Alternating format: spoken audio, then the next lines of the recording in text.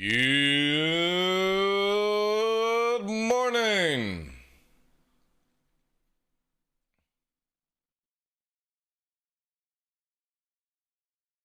Welcome in, ladies and gentlemen. Zayman. Medic, welcome. Reformed, Mr. Tuvo. Presley O'Brack. Girl Scout Bio, the one and only Cider. Welcome in.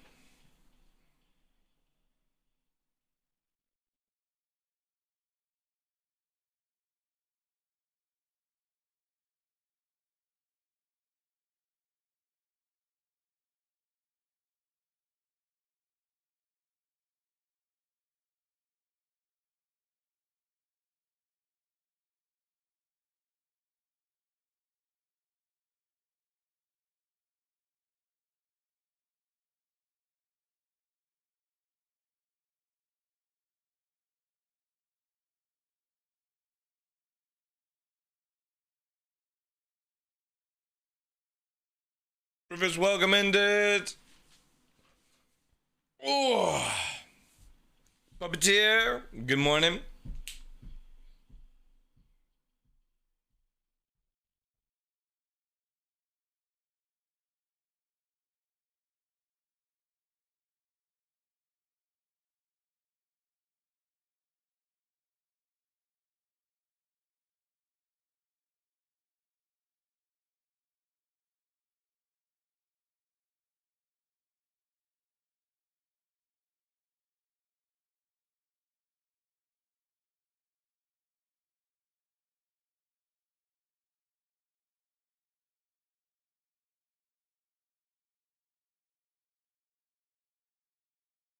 Bow, bow, bow.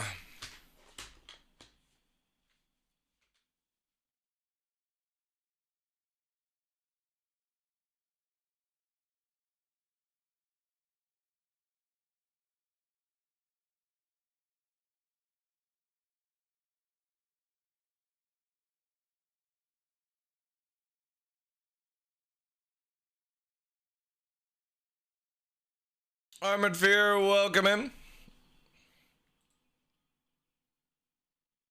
Bye now.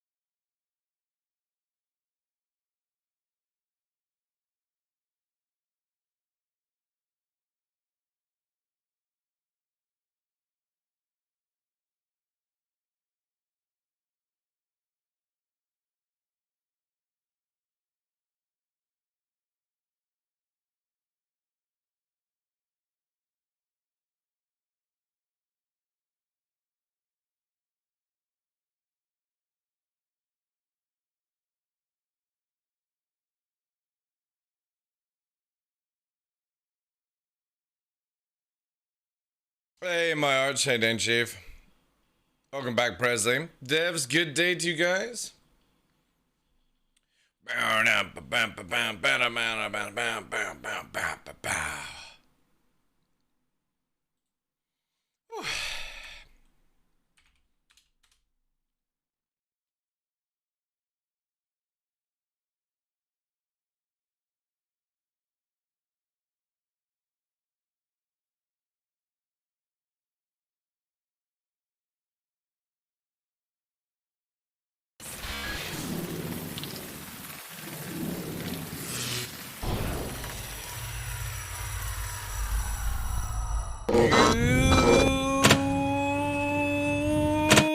Good morning, ladies and gentlemen. I'm your host, Michael the Dark Lawrence, and welcome to another episode of The Darkness here on Twitch. Actually, I think we could probably stop with the Leo.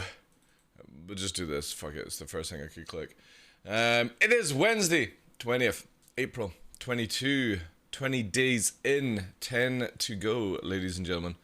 Which is crazy, actually. I think it's been 20 days already, but Yes. Patch went out last night. Not too many fixes. I think it was more just what they could get done in that time period. But still, pretty impressive. The major thing for me is the inventory system that's not working. So if we actually look at the patch notes, for example, right? It's a little bit too loud just now. The major things for me are equipment loadout stuck and remains highlighted gray. That's a big factor. Me and the guys have been trying to do Black Ops kind of stuff, and this is a big killer. That the moment that this loadout gets stuck, you can't take cards or you can't take weapons off shoulders or anything like that to actually use them. So this is why we're kind of like, we need this fixed, because the content we want to do for Free 17 Live and all the shenanigans we want to do as an organization just can't be done right now for testing. The other thing is items do not immediately transfer from loot crate to personal inventory, which is also like a big thing, because Free 17 is meant to be all about looting, and these two mechanics stop us from actually doing the major thing of looting. The ship retrieval, and stuff like that, and then ships can randomly explode. I would imagine, that will hopefully get fixed by live, but these two things are known issues, still not fixed. Really want to see them getting done as much as possible. Because again, the whole idea for us with our gameplay loop is we want to shut down comrays, and we don't want to go red. We want to see how long we can do our shenanigans without going red, if that makes any sense. Because we want to be able to move around the whole of this game. It's not like we're going blue, like, we're on the side of blue. We want to do, like, in-between grey line work for Free 17. And there's a lot of mechanics that allows us to do really cool things as a group, instead of just like waiting for a bounty hunter to show up, or going and looking for people to kill kind of thing. We want to get that whole group interaction in multi-crew play, all that jazz. Morning Blasty Villet, welcome guys. And it's really cool actually. It's a lot of fun. I have been having a lot of fun with the guys, even though it's not been working. It's kind of cool to play the game in a different state of mind than what we're normally used to. So there was like a few patches back, me and the guys decided to go blue and just bounty hunt and jump servers, bounty hunt, all that jazz. And because of people being able to still Alt F4 and stuff like that, it does become very tedious and very boring. However, with the fact that you can go out now and loot and find some of the rare things and make quite a bit of money from outposts, the idea of doing like full Black Ops kind of style gameplay loop is really cool. Because you don't need to bounce servers, right? It allows you to do bounty hunting. It allows you to kill players, like if you were going red and stuff like that. You avoid going to jail in certain situations if you do it right. And basically it's very difficult for anyone to come after you without them literally stream sniping if I was live, you know what I mean? Because comms are down, not red to get a bounty target. If somebody just magically fucking shows up at a location, I'm not talking about comm rays and stuff like that. But if you're like at an outpost and there's a comrade down and there's no mission, it's kind of sus when somebody turns up to that shit. So it'll be fun to spot stream snipers as well, because they'll just fall for this shit so easily. If you disable the comm, you get insta red, right? Or am I wrong? You get 1 level of red armor fear, and if you're 1 level of crime stat for taking down a comrade, you can actually pay it off. So you could go to a place like Grim Hex and pay off that crime stat, and you're crime free again, Also, could also be a rare coincidence. Shut up, David, alright? If I'm live streaming, there's no comrade, I'm not ready to get a bounty mission, and I've gone to a random fucking outpost that doesn't even have a mission, and somebody turns up, please. That's sus as shit. Especially if I go to like one of those fucking dead end moons on Microtech, you know, that nobody goes to. It would be so sus, dude. Hey Justin, welcome in, Chief. So that's the kind of gameplay. So we're waiting for, again, like, if I bring up the screen here, if you see the screen here, this is the two ones that I'm talking about. These need to be massively fixed to do this gameplay loop, because again, if your loadout gets stuck, you can't use cards and weapons, and if you go looting, you can't loot. So these two final ones really need to be fixed for this gameplay loop to actually work for what we want to do. If not, we do have another way of doing it, but it's not the way we really wanted it. We want to try and make this as sneaky as possible.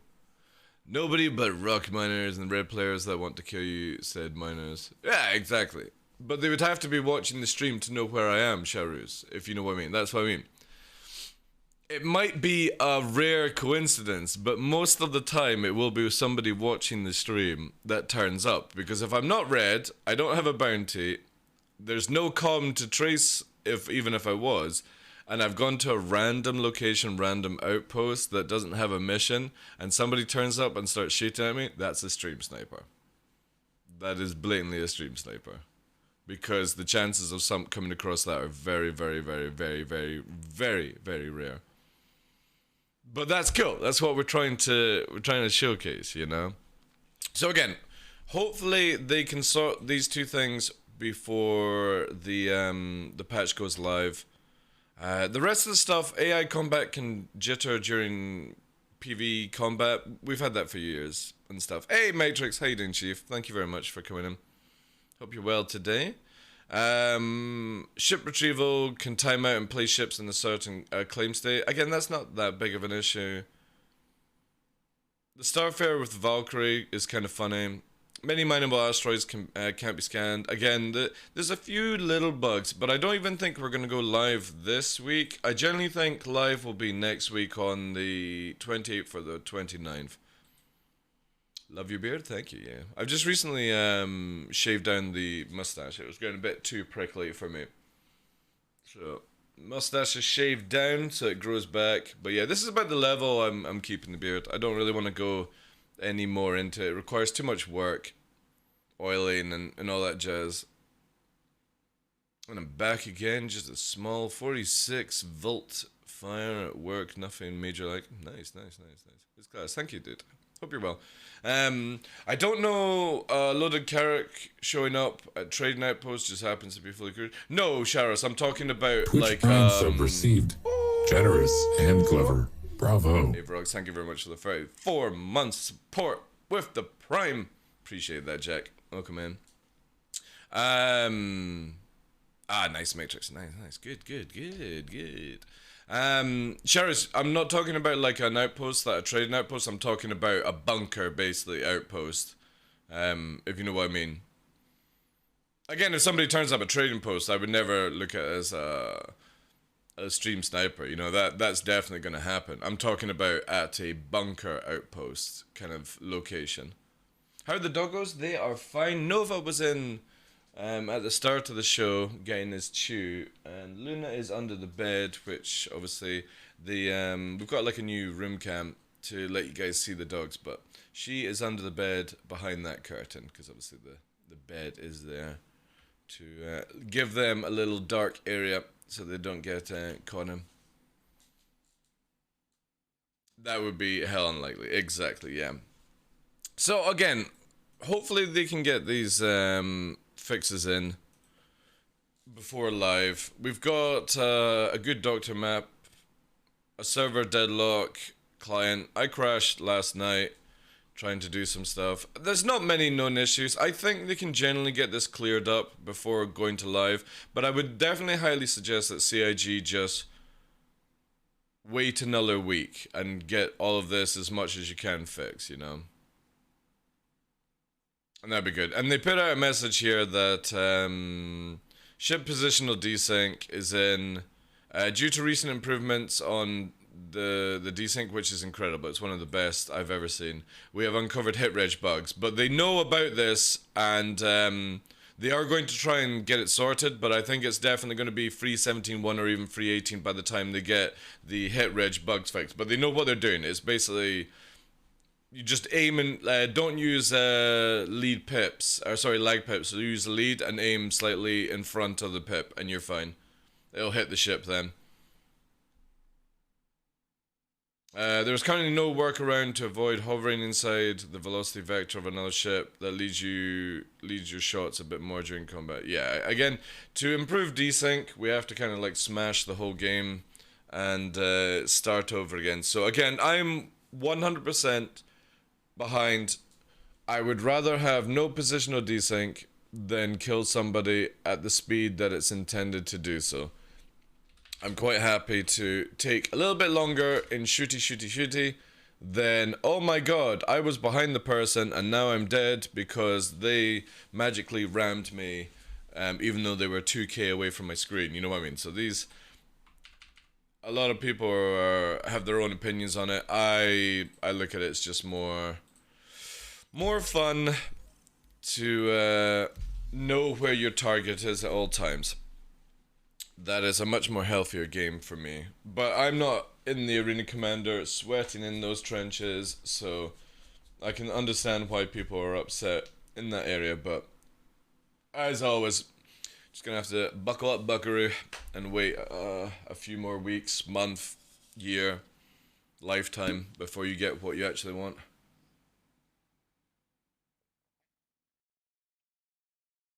But there is only plebs in the PU. Yeah, I know. All the greats are in Arena Commander, Jack. All of them. That's why every time we come across them in the PU, they get smashed. Yeah. To be honest, like, it gets really cringy when people are like, oh, you know, I spend hours and hours in Arena Commander, and yeah, I'm the best pilot. I say, oh, dude, seriously. You'll be stuck in the you'll be stuck in the Arena Commander mode for the rest of your life, because nothing of the Arena Commander translates into the PU at all. Just a little bit of your aim, but understanding things goes right out the window.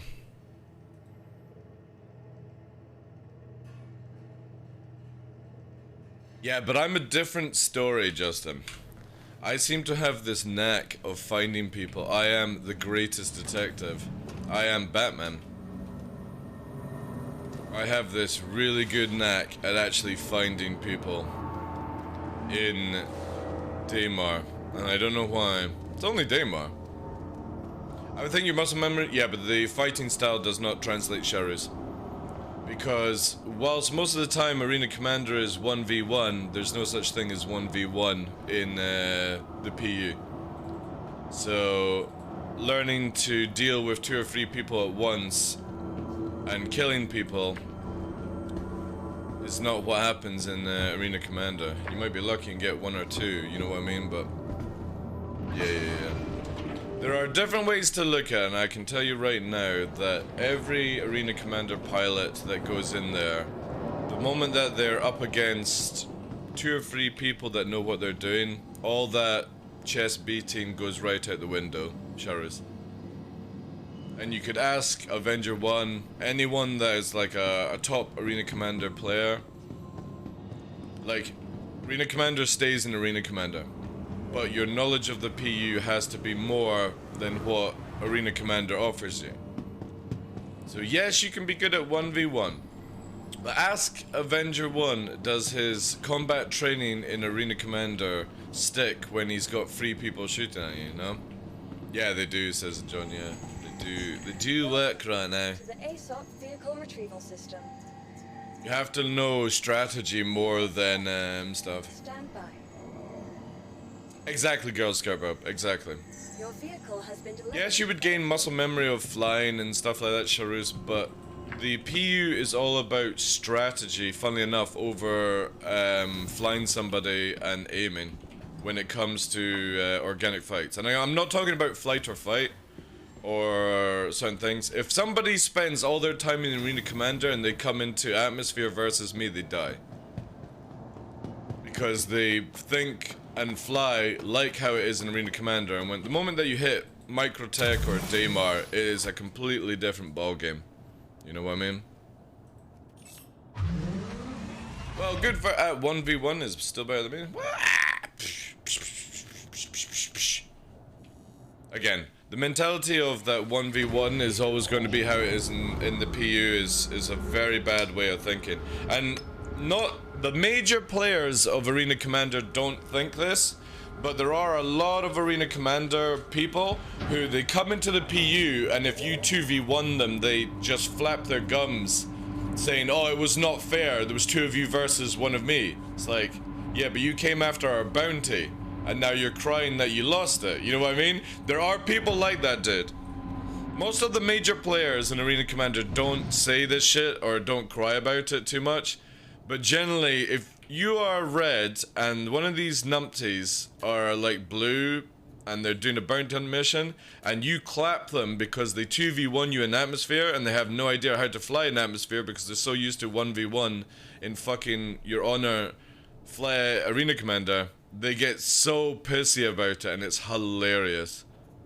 Then they come up with a million excuses to why they lost, and it's like, no, you just got outplayed in a strategy game where 2 good pilots is better than 1 great pilot in this game. Why is the number saying? There we go.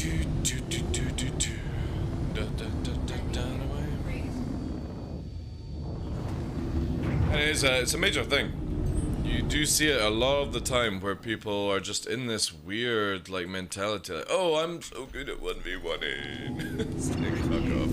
I don't care if you're good at 1v1ing. Well, that's 1v1 in real life, you know? Let's see how far that goes, you know? We'll play slaps. Anyone ever played slaps as a child? I think it's a great game. Anyone play slaps? It can be very funny on like a drinking night. So basically slaps is, you know, people hold there, and the idea is you've gotta slap the other person's hands before they can slap you, and you can play defense by doing this kind of stuff. You know? It's great fun. We'll play that 1v1. We'll see who's better. We'll see whose reactions are better in slaps.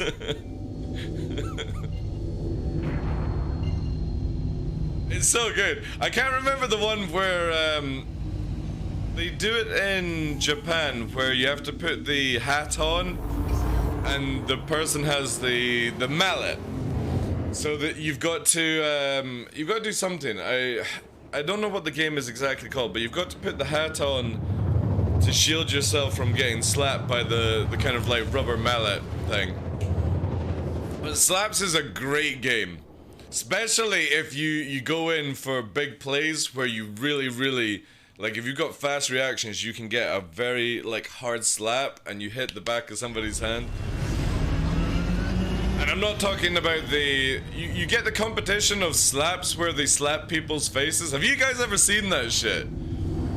It's like this slapping competition where you have to slap somebody's face as hard as possible. And apparently this is like worldwide, like WWF kind of style game that I didn't even know about, where people, they stand up to each other and they literally, like, they take it in turns. Women do it as well, which is, it's nuts, like. And I didn't know this actually went down. And the idea of the game is you've got to slap somebody's face as hard as possible. And I'm kind of like, that could be dangerous, you know, because you could scratch somebody's eye around here. But it's a full competition, you know. Obrek says I've seen the redneck version of it. I'm talking about the professional one, you know. But yeah, it's everywhere, you know. The slaps game, I remember, right hand up, left hand down. Which one are you talking about? Oh, if you're doing it differently from that kind of one, because my one was basically whoever is trying to defend can only do this, you know, kind of movement. They're not allowed to like go and do all this kind of stuff. They have to keep it where just at the last second they rubber band it, and the other person has to slap. They have to hold their hands, and you play like defensively left and right, kind of jazz. So, quantum drive. There we go. But it's funny, man. Like I've watched some of the women's worldwide champion of this slap tournament on YouTube, and I'm going, right, okay. And it's these two really beautiful like Russian women come into this ring, and they walk up to each other, and they've got, you know, it's like really nice clothes on, high heels. You're expecting them to like rock, and it's just bang across the face, and you see it in slow mo. It's the most bizarre thing, but for some reason I enjoy watching it. And then the other lady gets a chance, and at the end of it you can just see these like red handprints across their face, and the judges go, yes, that was the hardest slap. It's like, how can you even fucking tell it's the hardest slap? It's like, that's a 10. That's a 10 slap, you know? Just purely because they see the slow-mo camera of the lady or the guy getting slapped. Oh man, it's crazy. I swear, humans are the strangest things, like. Each player's hand out in front of each other, right hand, palm up. So right hand, palm up. Left hand, palm down. Players touch. Oh! So... Players touch palm, right, so it would be yeah, and then you try and slap the other player's hand, so it would be that, and that, right, okay. And defend at the same time. Ooh, that's kind of cool. That's kind of cool, I like that one, yeah. Because then, like, you've literally got to focus in the middle and use your peripheral view to watch any, like, movement. Yeah, I like that, yeah. That could be good. Especially if a few drinks have happened, you know, you've got like a little buzz going, so your accuracy is off, where you're like, kind of thing. I'm not talking about Bluto, where you could have like a really bad accident, but you know, where your precision is slightly off, and you've got to, yeah, that could be fun.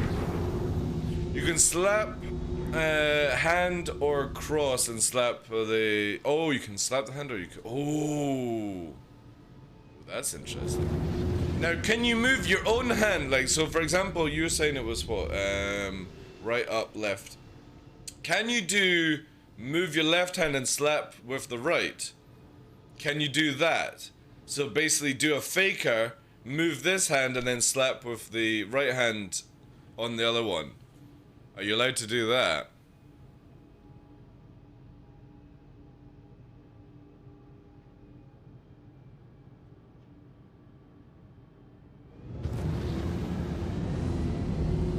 You can try. Alright, so it is allowed.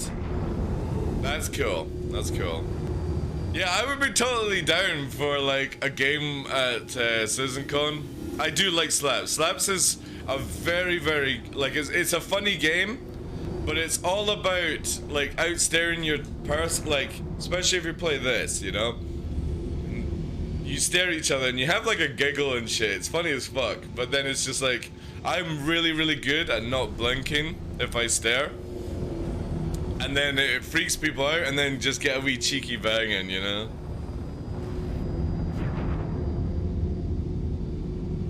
What a better way to waste a day at work, I know, dude. Well, again, you can't, obviously on like Twitch and stuff, you can't promote like violence and stuff like that. But Slaps is a really, really good game to play against people for fun, wasting time like at a train station or for a plane. Not the face one. Like, I'll leave that shit for the professional tournament people. But yeah, old school, like, the other one is, what do you call it? Rock, paper, and scissors. I enjoyed that one. It just wastes a little bit of time, you know? when you're trying to do stuff or waiting for like a bus or something.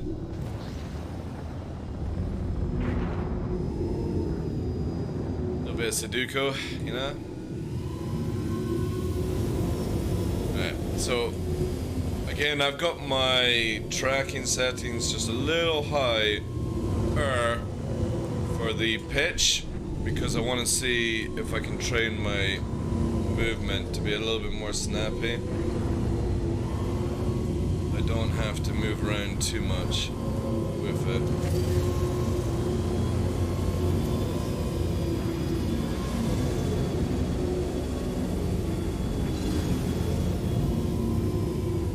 Yeah, that's not bad actually. It's nice. You see, one thing they've added into the game, which I don't know.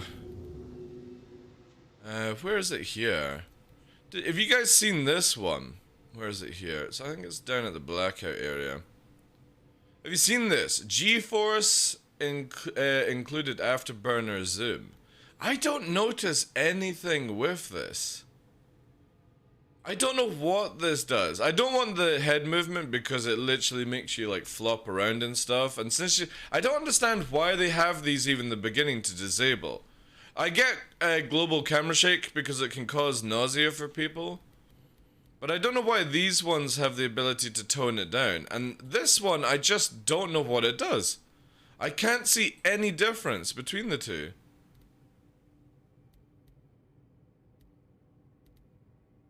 No, so I kind of feel that these should be under graphics, should they not? And we've also got audio-driven camera shake strength, you know? We should try that maximum and see what it does, like.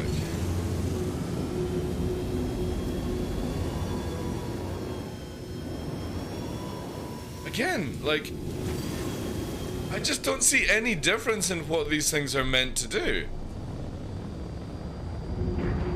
Hey Capitos, how you doing, Chief? You ever seen that face slap where they knock somebody out? Yeah. Yeah, I've seen, that's what we were talking about, Citizen John.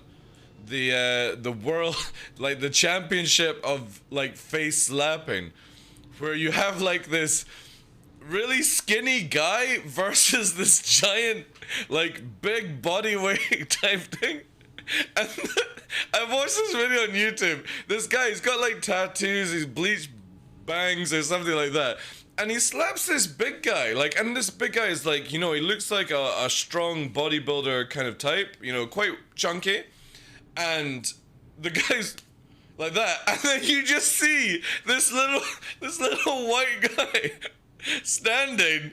And this guy, this bodybuilder raises his hand up. I'm like, holy shit, this guy is gonna get flung across the sea. And this big guy smacks him, and no joke, it's just like, whee! This small white guy just goes flying. Why would you ever get involved in this tournament against these monsters with a game of slaps? You know? Giant fucking bear Pam coming down the face and to get flung across. Mental stuff, man. It's so funny though. Happens all the time, yeah. Because obviously there's the, as Obrecht says, there's the redneck version on YouTube, which is hilarious. Because it's like some sort of, I don't know if it's like roleplay drama or some shit, but they have like shouting matches. Like, if you guys remember some of those like meme reality shows where they would shout at each other, you know, you fucking said this shit about my wife or something like that. You know, those old shows from the past. It's kind of like that on YouTube, but it resolves around a slapping tournament. It's not like anyone is fighting each other like fisticuffs, but they're swearing at each other, cursing from the sun. They're drinking moonshine, and they're having a slapping tournament across their face. It's the most bizarre thing, but it's hilarious. It's so funny, and I don't know if it's scripted or it is real. I'll try and find the thing. Again, I'm not going to show you the on Twitch, but it is hilarious. Absolutely hilarious. Slapping tournament. This is it, yeah. Yeah, right? Okay. This is legit, alright? Absolutely legit. I'm not gonna play it on stream, but this is what we're talking about. It is a heavyweight knockout 200 kilogram guy slap contest. And it's so, like, again, it's like arm wrestling, but the idea is to slap each other's face. And look at the guy, like, clenching up, but the guy in the background is like, yes, he took it like a man. He took that slap, and this guy's like, that was good, you know? It's so funny, man. I absolutely laugh at this shit, because obviously you've got, like, UFC or anything like that, but slap competitions are just the best kind of tournament, you know? And obviously it gets even crazier and stuff. You know how people start a 1v1 duel, smack them with a glove? Yeah. No weight class, I know. But you can see in some of these videos, like, they have, like, opens or something like that, Matake. Open. You go to an open slap tournament, and you see these little, like, skinny nerd guys, like, staggering up to the guy. And there's, like, this dude is, like, up here. And they're trying to slap up. It's so stupid. And then the big guy, oh, it's like, you just hear the, like a fucking elastic band, and then all you can see is the slow motion of this, like, hand on fire as it's coming down, and you can just see the white guy's, like, skinny nerd guy face just like, and it gets hit, and it's just flying away, man. So bizarre, but it's so entertaining. It's like WWF with slaps, you know? I'm pretty sure, like, some of it's staged, you know, in, like, wrestling where you're acting or role-playing out or something like that, but it's amazing. I'm addicted to this kind of stuff right now. Purely because I don't understand it, but I just love the slow-mo reactions and the crowd going, oh, afterwards. And there's, like, a guy, especially the whiter the guy, the funnier it is for me, because, like, say for example you're like me who has quite pale skin, and obviously, like, when blood moves around you get, like, the rosiness on the cheeks. When you have somebody like that and they get hit, there's, like, this giant handprint across their face. It's hilarious, man. So good. Bizarre as shit on YouTube at times.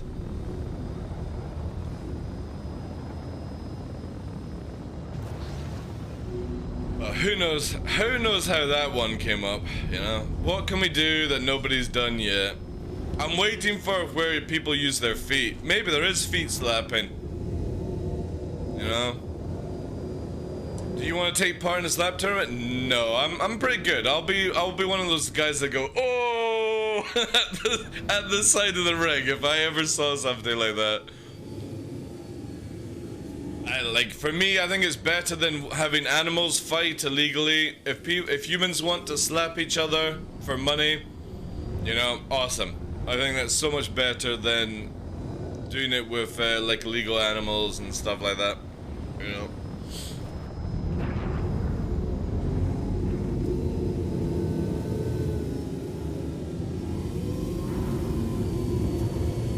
Yeah, so just slightly off on the bounce just now, but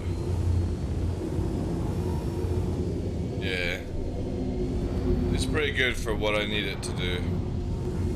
So basically what I've got is when I bounce it, I've got the auto center kick in to lock it down afterwards, which is really nice.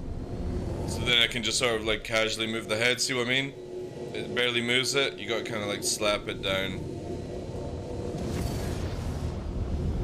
Then you can get the silky, smooth, precision movement for panning. And then it locks in the center again without a button. Imagine seeing some get a steel toe in the face. Oh, yeah. Bizarre things like. But humans, how you doing today, Raven? Welcome in. Humans are just the craziest thing, like.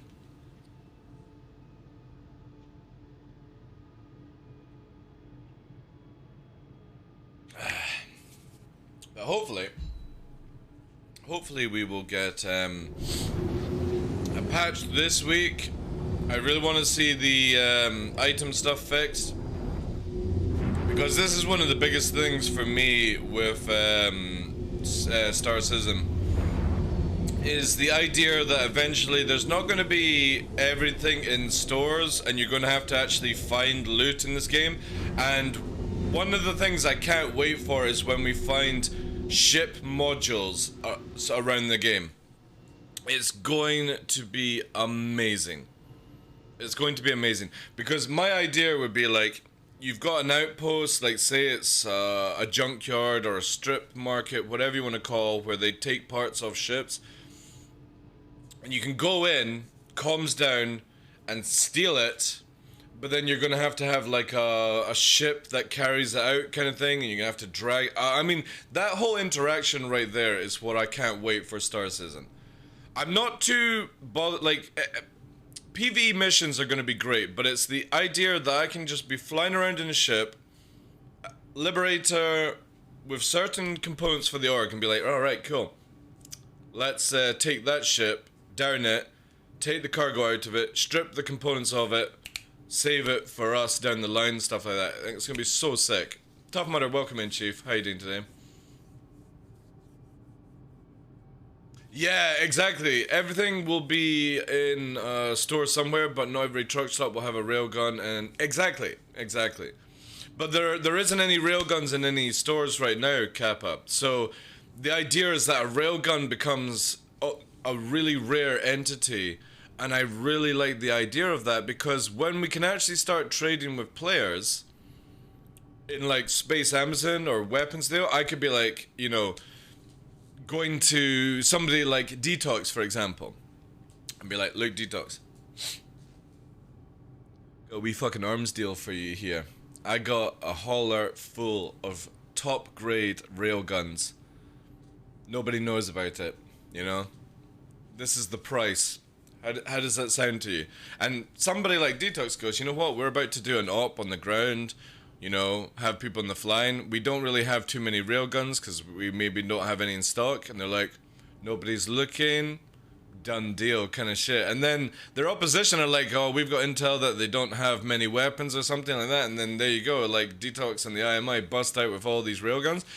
That interaction alone, to me, is better than any mission that you'll get in Star Citizen or any kind of org versus org gameplay. The fact that I really would like to arms deal to organizations to maybe change the tide of battles, I think would be really, really, really, really cool in this game.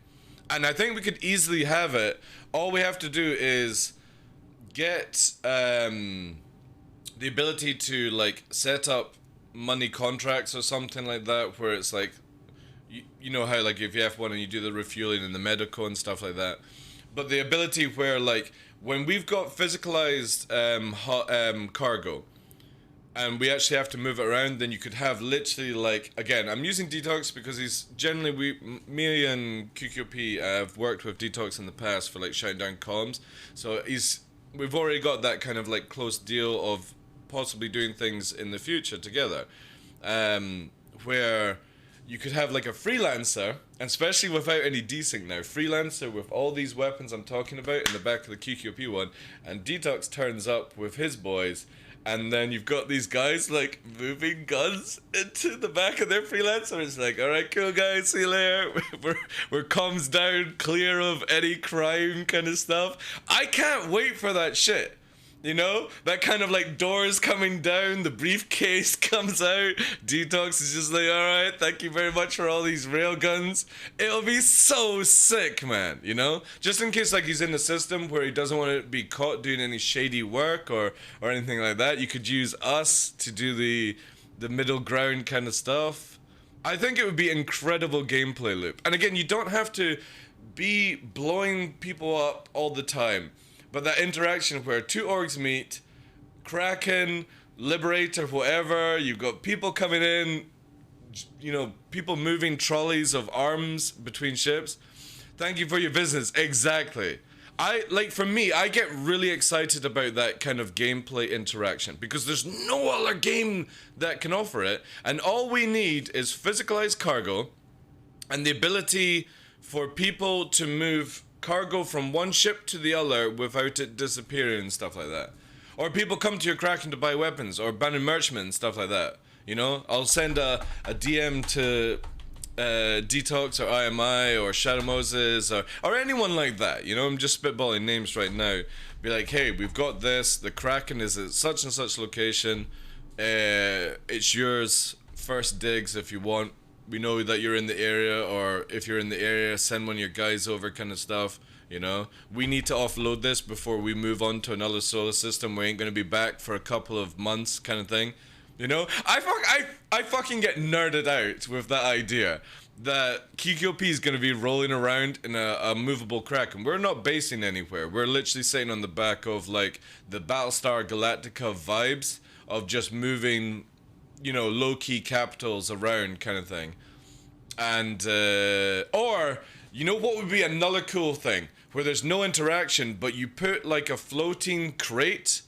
So we turn up with the Kraken, push a crate out, and I fucking send coordinates to Detox or whoever it is and be like, look, like you said, Zame, there's the password on the box. That's the location it's at.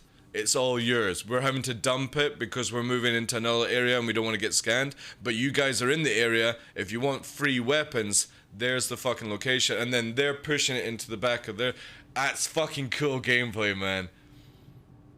Yeah, I hope they do the data cards, because you can have like somebody like Greg. Greg goes up to one of the IMI boys and he's like, I've got a data card here with a weapons cache.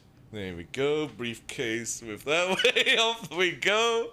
He gets back onto the QQP ship. It'd be so sick, man. It's so shady and I love it, because you don't have to be like fucking guns blazing. You just be like, you know, nudge, nudge, wink, wink. We've stolen this shit. It's completely kosher just now, but we are moving on. We need to offload it, kind of deal. We don't want to take it with us. Having weapons, fuel, and repair stuff in systems of conflict will be a great thing to... Oh, it's... Like, the whole idea... I was watching Detox's show when all the guys were doing the, like, refueling and stuff. And going through my head was just basically the interaction of... If we got it down to where we're able to repair, refuel, rearm ships, and they did what they're doing in 317 by getting the less weapons, you could then have, like, these meet points to get rearmed, refueled, and then into conflict, and the other team are like, how the fuck are they already patched up, kind of stuff. We've got no scouts showing us. This other team, other organization have snuck into the area and are in a deep space spot off like Daymar or Microtech or something like that, and that's where this team is going to, you know? It's gonna be so cool to have like good like relations with third party kind of orgs that do this kind of jazz. Any chance they just pirate you and take all the goods? Oh yeah, of course, says in John, of course. You know, of course Detox could double cross and stuff, but that's the fun part about it, dude. That's the fun part about it, where it's like, I'm on comms on Discord going, hold, hold, hold. And then Greg's like, one of them drew a weapon, it's fucking bang bang, fucking goes down. Detox is grabbing his beef crates and diving into a fucking ship, because they want to have like diving mechanics or like dragging better like over the shoulder shit, so you can be fucking dragging people back on the ship, pushing crates out. It could just go absolutely mental, you know, but you have that player interaction, and it doesn't actually require so many mechanics. We just need physicalized cargo, the ability to put somebody else's cargo in our ships and be able to use it or sell it, which then works into like an off of pirating, and we've already got the ability to send money to each other, you know? So you have the invisible briefcase, but it's like, alright, he's cool, he sent the money already, kind of jazz. There's the weapons, there's the password for the cash, you know? And they could easily put passwords on boxes. We've got Ark, we've got Conan, we've got Rust, where you can put passwords on. It's not difficult to password lock these kind of things in games. Exactly, Capitos, exactly. And then you can trick people into being like, hey guys, we're leaving a cache of goods at this location, and bait people in and then pirate the pirates. You know what I'm saying? It makes it where there's all this organic gameplay and it's not resolving around a developer cooking up a mission. Just give us the tools to make our own interactions. And we're so close. We're so close with this no desync stuff. We're so close with the fact that we now can put modules and personal weapons on a ship, even though it's instance based just now. But like, we tested it earlier on where I was in my 600i and Fresh could move his missiles into my ship's cargo hold that didn't affect the cargo hold, and we could both transportate our items in one ship from one location to another. That's already in free 17, you can do it. So once we've got it where there's no instance space and it's physicalized, that's when we can steal from people and sell it. And the gameplay loops are just going to go through the roof of that. And we're so close. Free 18 is when we're meant to be able to get physicalized cargo. And I'm really getting excited for this. This year is definitely a lot of, like, you had the Mythologist videos where this is not the year for Star Citizen. I agree in that one way, but I also disagree highly that we're now going to get gameplay loops if it works. If physicalized cargo works and we can move from one ship to another, modules, using tractor beams or whatever it is, gameplay loops are going to go through the roof. Because you're not going to want to just blow up a ship, you're wanting to down them and take their cargo. Proper pirating stuff. Or if you just come across a wreck or something like that, you know? Steal, steal, steal. It's really looking good for Star Citizen. We're not going to have pyro, we're not going to have server meshing this year, but we're definitely going to be able to do some more cool interactions with orgs versus orgs or groups versus groups, stuff like that. Yeah. Again, one thing I love about Mythologist videos is they're all in ultra-wide 4K. And if anyone is a content creator on YouTube, the moment that you do an ultra-wide 4K video, you can't put video links at the end of the video. You know, where people can just click on the video and go to other. You can't do that. So he loses a lot of click-on rate because of it, but his videos look mint. Absolute mint. The quality level of Mythologist videos are insane compared to anyone else's. And I'm not talking about like Noobifier or Board Gamer or something like that, but the way he does the panning of the cameras takes a lot of time, a lot of effort. So, yeah, I don't agree with all the things Mythologist says, but that's the great thing about content creation. You're not meant to like everyone, and you can dislike things and like things of the same person, you know? But I think his quality of video is just, it kicks the shit out of everyone's. Like, Detox's, Captain Burke's videos are on levels above a lot of people. Detox puts a shit ton of work in now, and now he's doing the voiceovers at the beginning, he's doing the short clips at the stuff that just takes his level up further. Captain Burke's is starting to do these other ones that he does, you know, the how to make money guides instead of the traditional. He does the this is all you need to know about free 17. He'll probably roll that one out. So, and then you've got Mythologist videos. These three people have the highest quality, I feel, out of the Star Citizen, like Twitch streamer, content creator stuff for actual in-game footage. Nobody else does it on that level. Red Lear is starting to do really good stuff though. Red Lear's YouTube channel is just spiking because he's doing all these, like his latest guide is incredible.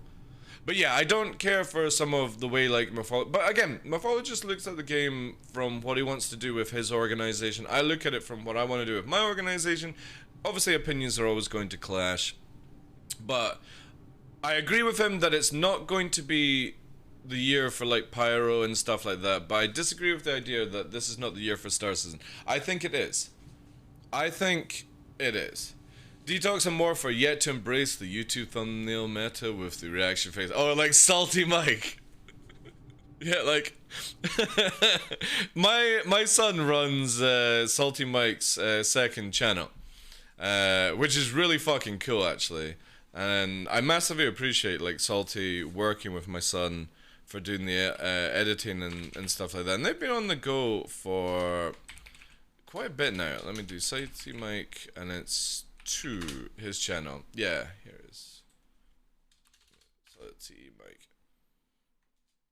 So if you actually look at Salty Mike's channel, this is where he does his normal ones, but this is the channel that Jack is doing, and it's done really, really well.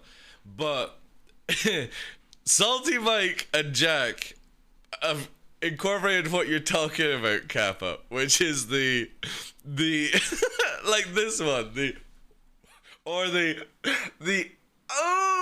the Gasm one, or the Uwu, or this one, which is I don't really agree kind of one. Is Astropop doing them as well now? You know, like this one here. You know, it's so funny.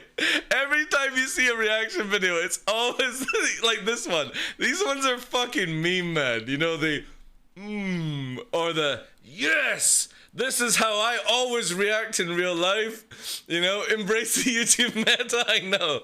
Because I never do any of this shit. Something else must be. Yeah, we're talking about you, Jack. We're talking about it. I never do any of these faces in real life. Like when I'm by myself or watching a video. You know? But Salty does it so well. And what I really like is they never use the same image twice. I can't stand when somebody does a reaction video or uses their own face in a video and it's always the same thing, where it's like for 5 fucking videos. That's lazy as fuck. So Jack and Salty always have different images. I've gone through all of them, and I'm pretty sure there is no clone. There might be the same t-shirt, because he's like me, where I don't really have many different type of tops. You know, just what's ever comfortable. But I love how I just can't ever spot, like when he's got the yellow shirts, I'm like, right, I'll go for the yellow ones. Is there anyone there? And this one is similar to this one, but it's not. It's a completely different one. Or he's laughing here, and he's got the finger out like that one. So, I love that kind of quality that you get. Unique to the video, so it translates. Exactly. That's when you put in the extra work, and you get the extra views out of it and stuff like that. It's interesting that this one that didn't have Salty in it actually had higher views than when Salty's in it. It's almost like sometimes people don't want to see Salty in the fucking thumbnail. And shit like that. I take it this was Salty doing these ones, because maybe you were on a break or something, Jack. Because like, you can tell when it's like his style and your style on the thumbnails. But yeah, they've done so well, man. Like, this channel has been going on since October last year, and we're at 2K, 267 views. It's fucking nuts, man. How much that's gone from when Salty Mike was doing it. Look at like the small view number, you know? And then it started going like 2K, 7K, up and up and up. His reaction videos are really, really good. It's the actual stars in, yeah, because that's his like community and stuff like that. But I like the fact that he's delving into other things, you know. It takes time to move it around. Yeah. It's really cool, because I see him that he's starting to now move into the like just chatting area, and then he does all the reactions to stuff. It's like he's taking his content and going up a level with it, because instead of just saying the star citizen category for the viewers, he's spreading it out, doing these other things. It's why I want to work on, like, my second channel is just going to be my VODs just now, but the third channel I'm going to work on when I can actually afford it is hiking and drone flying capturing. Because when I go hiking with the dogs, I really want to be able to capture like a 4K kind of drone kind of stuff. I don't really want to do reactions because, to be honest, everyone knows what my reaction is going to be. It's just going to be me swearing at somebody. It's not good to market that.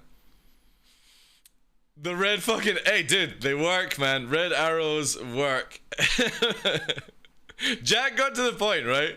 Jack started off where the red arrows actually moved about, and then if you notice here, Jack just basically does the red arrow in the exact same fucking location sometimes, because it just, as long as you have a red arrow, it just gets, you know, it just literally gets people's dicks hard. I don't understand it. I don't understand why a fucking arrow makes people click. Like, somebody can explain that to me. Why does an arrow make it where it happens? But if you look at Detox, his thumbnail quality is fucking hot right now. Where from it sort of like started here, right? So he had his normal stuff, you know, the big chunky text, but recently, round about here, Detox is spending so much more time. This one alone, this last thumbnail, is incredible. Absolutely fucking amazing. But look, it's got a fucking green arrow. It's got a fucking arrow.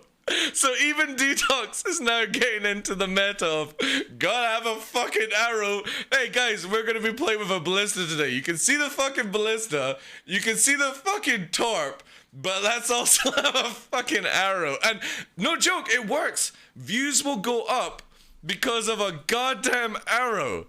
But I love the way he does his text, like here, where he's going very what's his name? I've got somebody that, where is it here?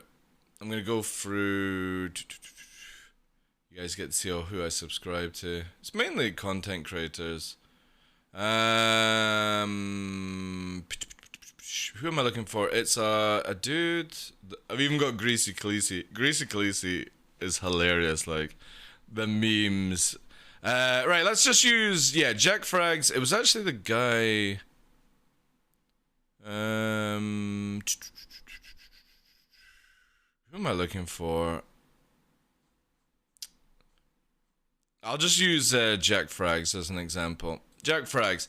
I like the way Jack Frags does his text. I'm thinking about doing this one as well, where I love, Detox is doing it, but I love how the text is kind of like in the background, in the thumbnail. I really like this idea. It's very simple, but it does require a little bit of extra work than just putting on top of stuff, but yeah. And then you've got Snake Eater. Snake Eater does it as well with his videos.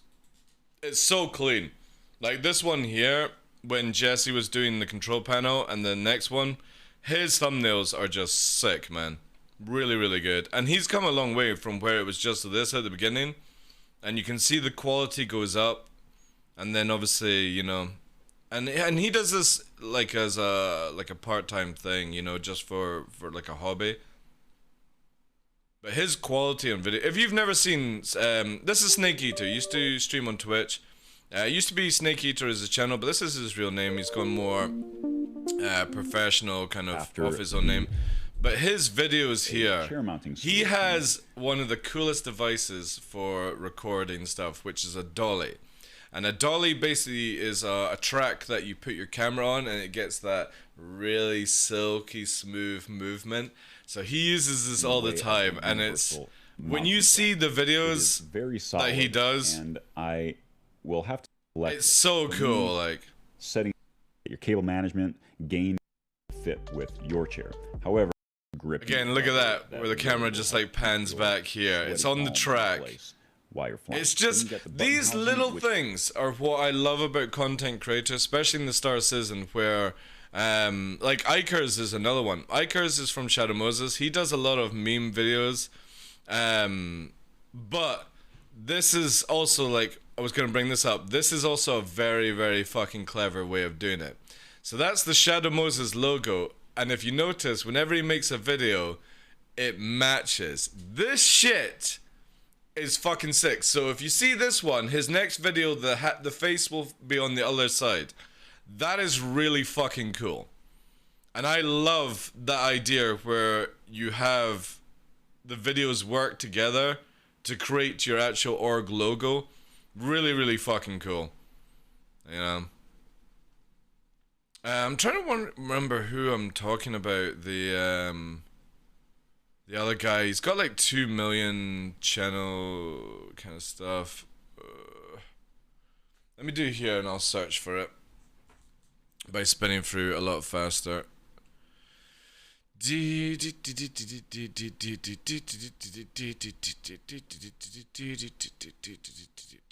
Where are we? Who am I looking for? I can't remember the name off my head, but if I see it written...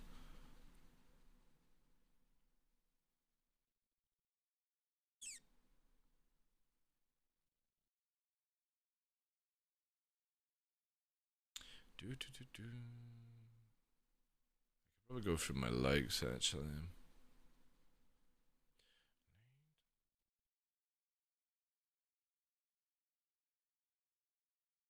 Yeah, here we are. This dude here. Operator Drewski. He does videos for like Tarkov and stuff, but he also does the method of like Jack Frags. And I really like the thumbnails that these guys do. Very basic, gets to the point, but still, the fucking arrow. There's still an arrow, even though it's just an upside down triangle. Yeah, Ikers is a cool dude, yeah. His videos are really, really, really well done. Like, they're really good montages and stuff. Really like the art style he kind of goes with. But yeah, that kind of 5-play head is insane for somebody on a thumbnail. So you gotta give props to Ikers on that one. Really, really fucking cool. But this guy here, he's got like just short of 1.5 million. And he does like DCS. If you ever... I'll link this guy down. If you guys have ever seen, or you're like into DCS World, Tarkov, all that jazz, this guy is really, really fucking good at videos. For anything like milsim, basically. Love it to pieces. It's good stuff, good stuff. But yeah, I love the way, actually I should have brought up here, in 2 secs. Morph. Also, we're talking about content creators. Follow-gist. Well, follow-gist. Yeah, so again, with his thumbnails are really clean at times. Sometimes they go off like what he does normally, but again, clear to the point. But you see here, like this is, you know, this is what I talk about, where you take quality to a new level with Morphologists, right?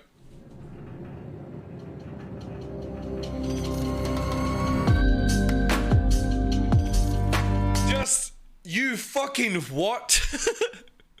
Like, I'm pretty sure I know how exactly it's done, because it's very clever that it's the same area and time, but basically what they've done is maybe had it where somebody is, you know, at the start, like at another time, but I love the blurring and then the rotation to pan it right out and stuff. Looks like a prefab. Yeah, oh, of course. It's the way it's done, though, Jack. Using star system content, I like. Of course, you can get all these prefab ones, you know. But watch the boom. Really, really cool. I really love that kind of method of doing it. Star Citizen patch of 2022 is finally. Then you get the I know exactly where you can get these from. You get them for free. Not to skip this next installment. But it's the small changes, not the same scene change. And welcome back. With CIG's announcement of their shift to then the panning, all that jazz, you know what I mean? It's very difficult to do this shit in Star Citizen because, again, we don't have the best controls. So what I want to do for my videos, Jack, is I want to actually get the gamepad loaded up and basically set it as like super slow to move the camera and just have it where when I'm recording, like I can just pan the camera on the gamepad to get these silky movements of camera control. Yeah.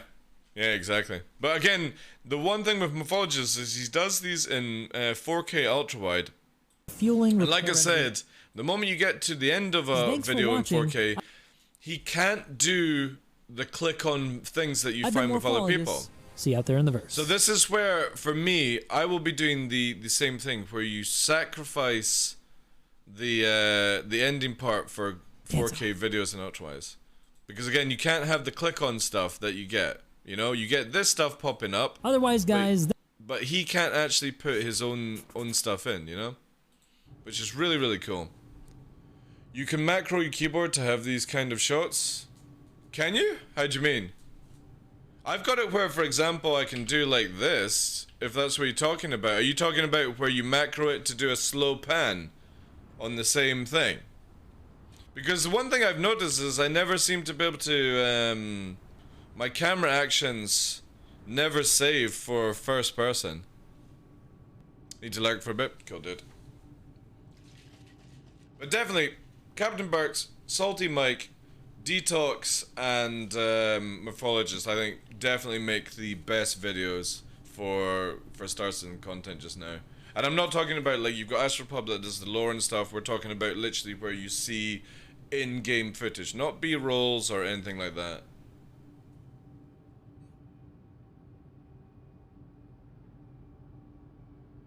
Oh, I know what you're talking about. So you're getting it where you set it where it'll do that. Like, so for example, if I did this, you're gonna get it where it'll hold this down and do it really slow. And he just presses a macro on like a stream deck and it'll do it. You're talking about where it does this automatically. Kind of deal. So basically you'd have it like where, if I did that, you know.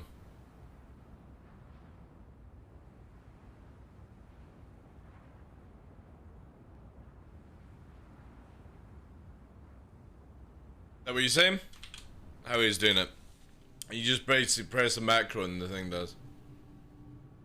Yeah, exactly. And then you can have it where, yeah, I know what you mean. Where as it's panning, you have the slowing down kind of stuff, you know. But it's more smooth kind of, yeah.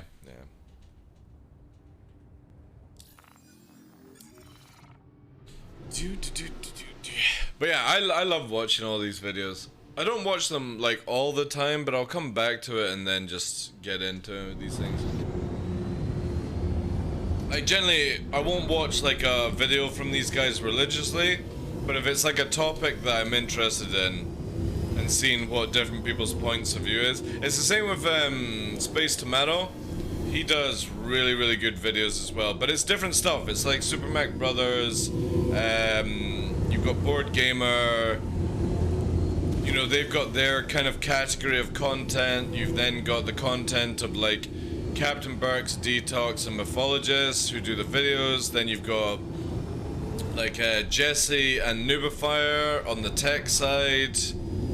I love how there's just little angles that you can go to everywhere around for Star Citizen stuff.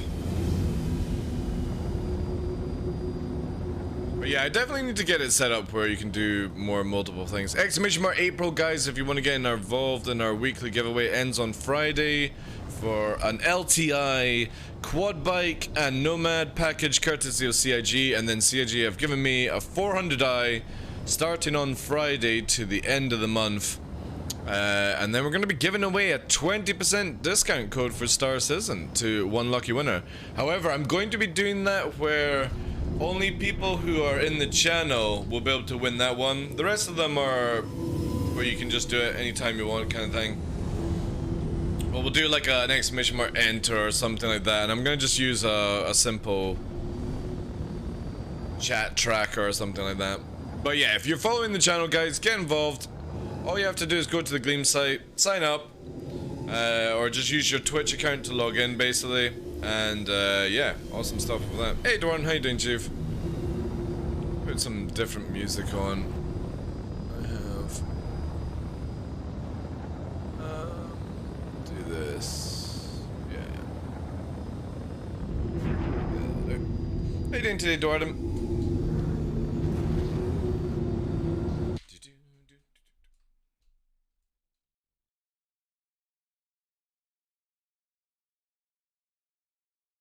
It does. It does. You know that Terada's videos sometimes... Oh, Terada's another one that does really good videos. He takes like 2 weeks to do one video.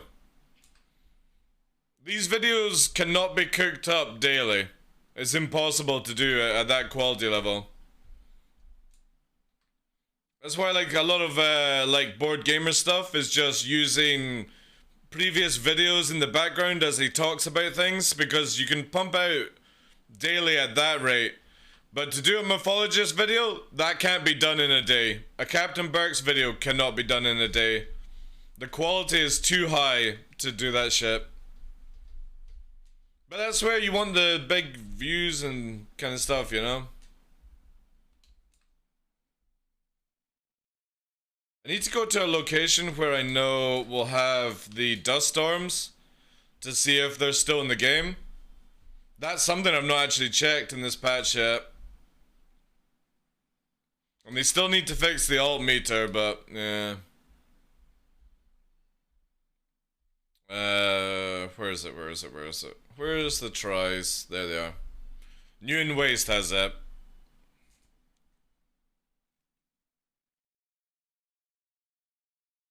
I feel like if you don't have enough fan subs to back it, would the average person be willing to risk that much time? Yeah. Because again, all it takes is one video to go viral, nugs, and that's it. Look at Chloe, glitched in orbit. She had a small video that was just a clip of her sliding down a mountain, and she just went wee, and it went viral, and she got 500,000 views. And it's just her having fun sliding down a mountain. Now she's got like, you know, free 4K subs or something like that. It just takes one video and that's it, dude. So yeah, sometimes putting in the effort or minimum effort, it's up to you, you know? But then there's also like if you want to keep to your own standard, you know? Like if you want to have the quality level, like some of the times when I make videos, it's not really to make a huge amount of money, it's to be like, I'm having fun building the video at the time, you know? Because again, you gotta look at it. Mythologist has a full-time job as an architect. Detox is full-time job and also content creates. Burks is a full-time streamer, so he doesn't have as much time to put into his videos. That's why they're high quality, but less of them. So he just does it in his free time, basically. You know? And then Board Gamer does it for his business, so he needs to have them out every day, snappy, so he basically tries to make like a template, basically, where he will just do voiceover, and then have just pre-recorded stuff beforehand to make it something in the background, basically. All depends on your time level. But if you were to try and do like these quality of videos every day, you would need a team behind you, and then you would need to be making bank to do it. So you're talking about like when you get to the stage where you're getting like 1 million views or something, you know? Anything that's done for money is a bad thing? Not necessarily, you know? Not necessarily. Alright, I'm basically bouncing around these hills because in the previous patch, you would get blinded by a sharp, blinding light when you go through these new dust storms. Or like the shaders would go wonky, so I'm gonna see if I can actually find one. And if it actually does it. If not, they may have already fixed it. If I can't find it. We were always guaranteed to find it once in this area, so...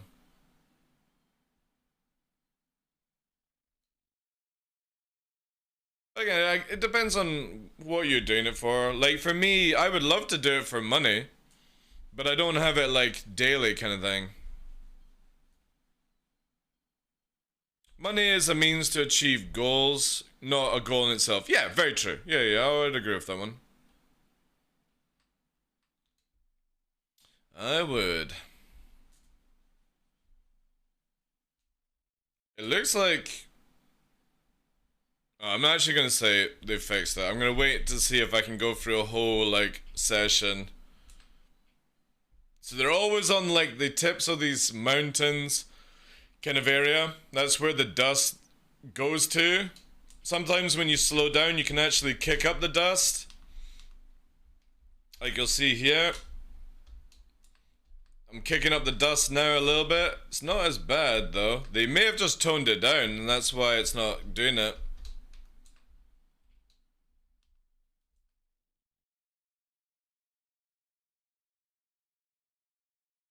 A little bit of shadow shader issues. But again, nothing major. Let's see if I got all the settings on. We're high. I'm gonna put this at very high. See if it starts there. Goes to high, very high. Yep. Do we have VSync on? Yeah, we did. Good.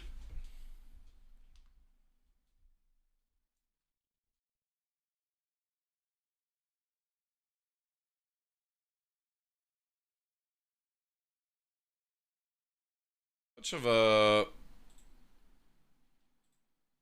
change there in visual. Oh, there it is. There it is. There's the bug. But I didn't get blinded by it.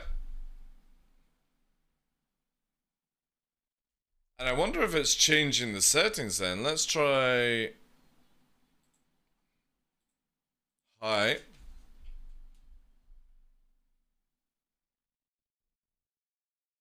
It's not there anymore.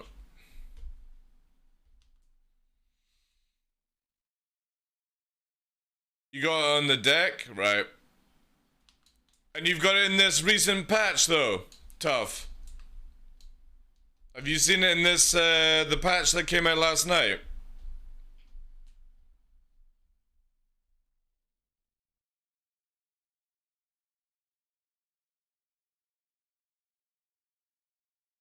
I'll go back to medium just to make sure I've got the setting. Previous one. Oh, there it is there. Look. I think it actually might be in medium cloud setting. I wonder if you stay high. Let's see if we actually even see it. Right, I'm gonna fly around and see if I can find it. Maybe it's in medium that fucks up. As long as you keep it high or above, you'll be good.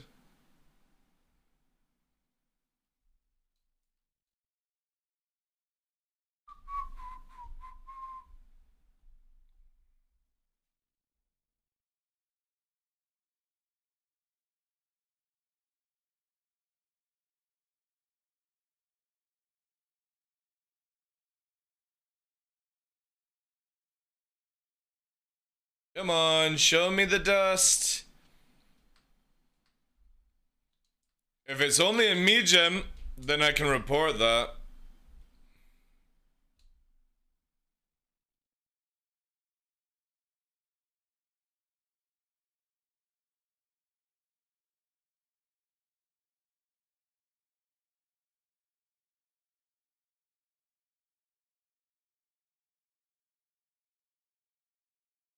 Come on, show me the dust.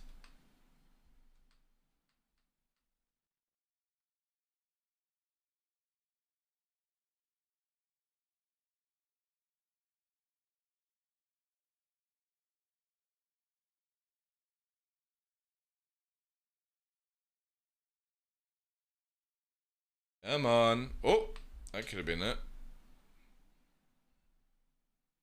Interesting that the moment I go high, it just doesn't appear. What the fuck?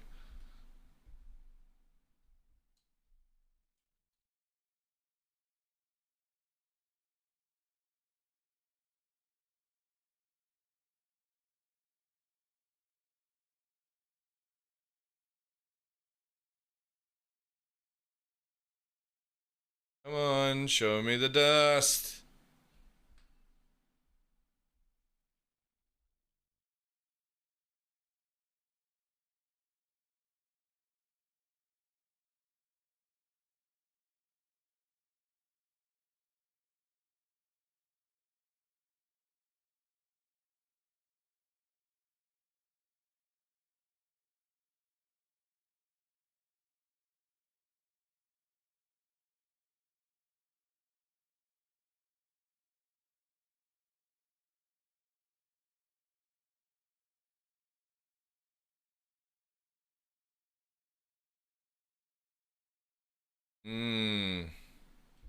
Yeah. If I don't see it anytime soon, I think it's under the medium setting that causes it.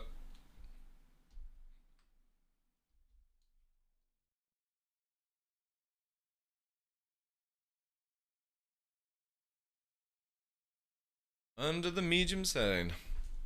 Yeah, basically I did something in 3.17, Matoki, which makes like these weird shaders of dust on Daymar, and then it goes into like a blinding white light, which can be really, really annoying. But obviously it's kind of random, so it's difficult to spot it, basically, you know? Difficult to spot it. But I'm hoping that I can try and work out what is going on, you know? Hopefully. Hopefully. But it seemed I've put it back to high setting, and let's see if we can actually find it, you know?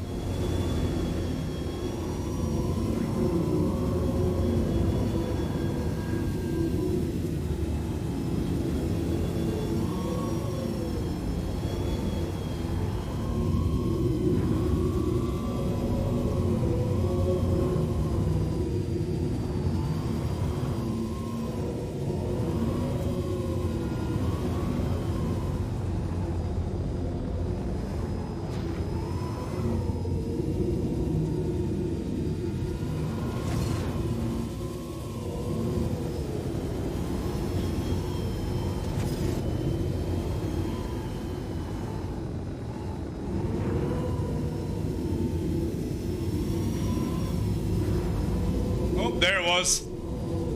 That was a blinding light. So even in high it does.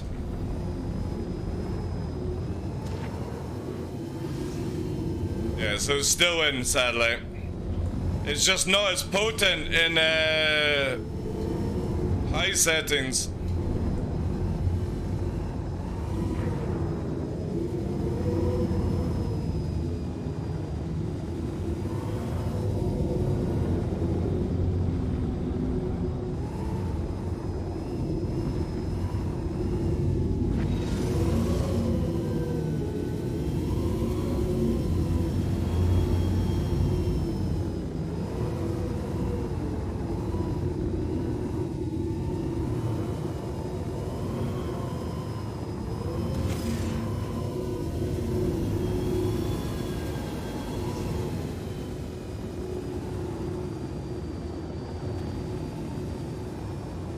AB is really struggling to recharge these days.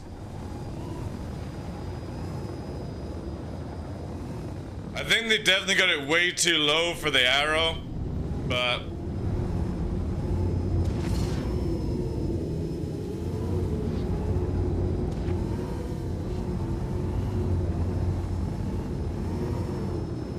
only when we're doing crazy shit though.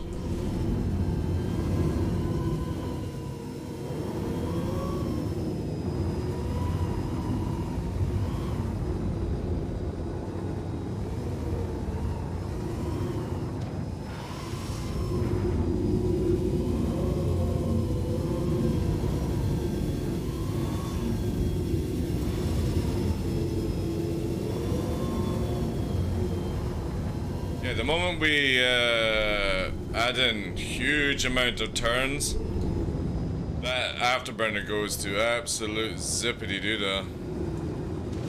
But if we keep in the straights, it's good, you know.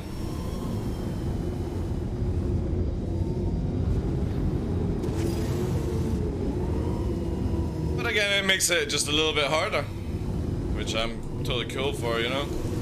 Just gotta learn it.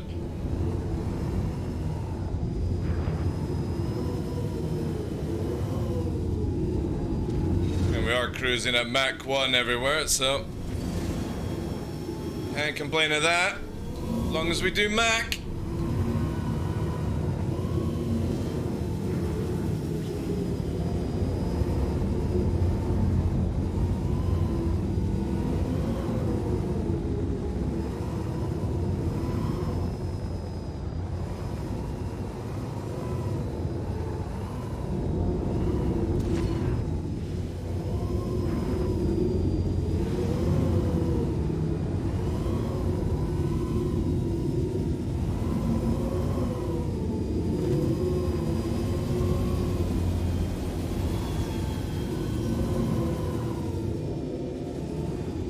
girl. Come on, girl.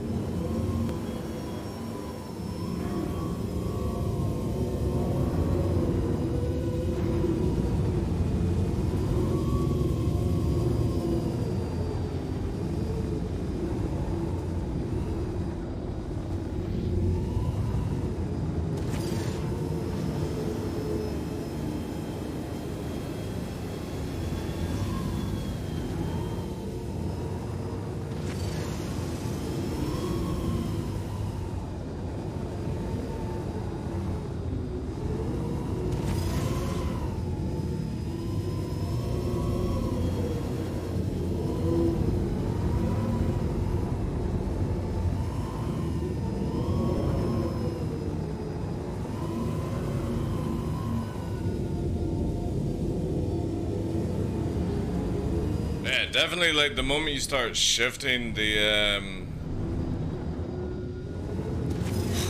fucking hell, just made it hard. The moment you start shifting, the afterburner is gone, like, or the boost, sorry, I should say. And when you do certain speeds now without boost, you can't keep it, you can't maintain it. So technically, actually, because of this, they have made this kind of flying a lot more challenging, because some of the times you're having to pre-aim around a corner if you don't have enough afterburner, which I quite like the idea that you can still do it, but you really want something in that tank just to give you that edge of agility. But you can still drift her, which is nice.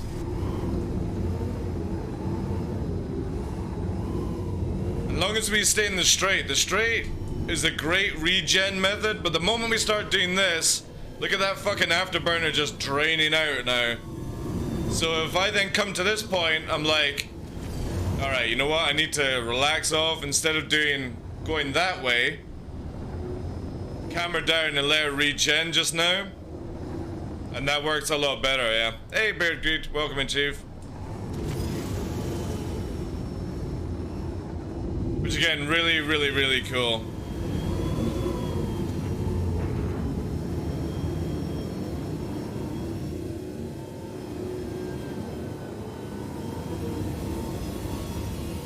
We're in a wee 11G spin here. I don't even think I've got enough. Oh, I do have enough afterburner to bring her out of it.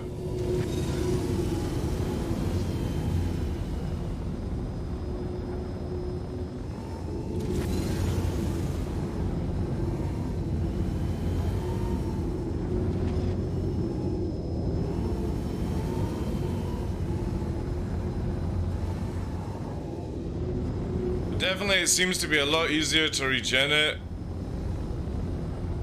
if we don't do that many crazy turns. We are starting to get to the stage where, like I was saying to people, where eventually down the line, the only way to do how people fly, like with this method, is where you go stupidly fucking slow and just close to the ground, you know? If you're wanting that kind of speed, kind of jazz, you know? But when you go into this method, for example, and you start going into that over 300 mechanic change, you do not want to hold the afterburner too much, or it will just drain out. And because of the slow regen now, it's like, only push for things that might actually look good. The rest of the time, just hold it until that last second. So again, like with this one push here, 70%, 60, going back around, 40. I'm gonna let go of afterburner now and hopefully cruise her out. So I'm regaining afterburner but holding that radius. And that works. We're back up to 80 before I would ever have to engage Afterburner again, which is kind of nice. It'll get very much, I think. With controlled surfaces, it's going to be flying like you would in like DCS or Flight Simulator when going at these speeds. You won't be able to do the crazy shit that we're doing just now. I mean, you might be able to do some of it, but you know what I mean. We're hitting up to just short of Mach 2 just now, pushing 600, 700 now. You know, we're well above Mach 2 at this stage. And you know, if we try and turn, this is what we're at. You know, we'll raise up, and it's very difficult without Afterburner to keep it down, and you still will black out. So adding an Afterburner is even more blackout ability. So again, I really can't wait to see where they go with the atmosphere stuff. It's nice to have the blackouts back though. But I think it needs to punish some more Gs a little bit. Especially when you're doing the 13, 14 Gs. I think it needs to have a little bit more punishment on that kind of end. And make it where the 9s and 10s are the good one. I wonder if strafe down will affect. I don't think it will do. I think because you're going to be using control surfaces at that point, it'll be like using flaps and rudder. Redbeard, you know what I mean? I think that's the way CIG want to go it, where when you're over SEM, it's more like traditional airplane flying at that stage. But you know what I was actually asking for, right? And let's actually see how many people in chat would actually enjoy this. How would you guys enjoy Star Citizen if Afterburner only affect your forward and back thrusters? And Afterburner didn't affect your maneuvering thrusters? How many people here? 1, if you would like that. 2, if you wouldn't like it. I'm interested to see what people's opinion are. So Afterburner and boost would only affect your main engine for going forward and your slowing down thrusters. How many people would actually enjoy that? 2 1s. I would enjoy that, so that's free. And I'll go through the reason why I would like that. You think? Right, so the reason I will explain into, because what it does is, if you do that, it changes the game very much into the mentality of no more fighting like this on somebody.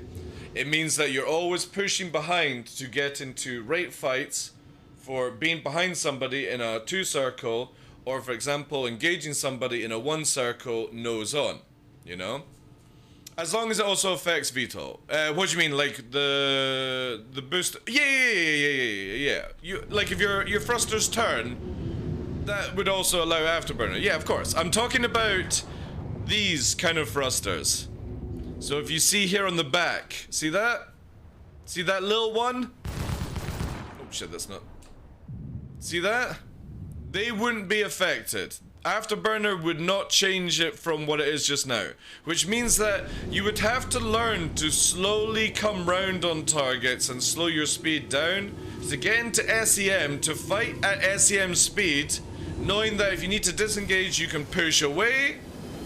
But if you want to come back in, you have to slow down and push in on a fight and actually dogfight. You know, it would make the cutty very strong though. Exactly, but that's what we would need, Viral, because again, the cutty dies in a few fucking seconds, you know?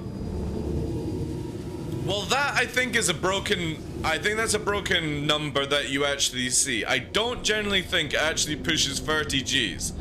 I think it's just the digit or the G meter is scuffed on that kind of stuff. Because again, you should be pretty much unconscious at 30 Gs.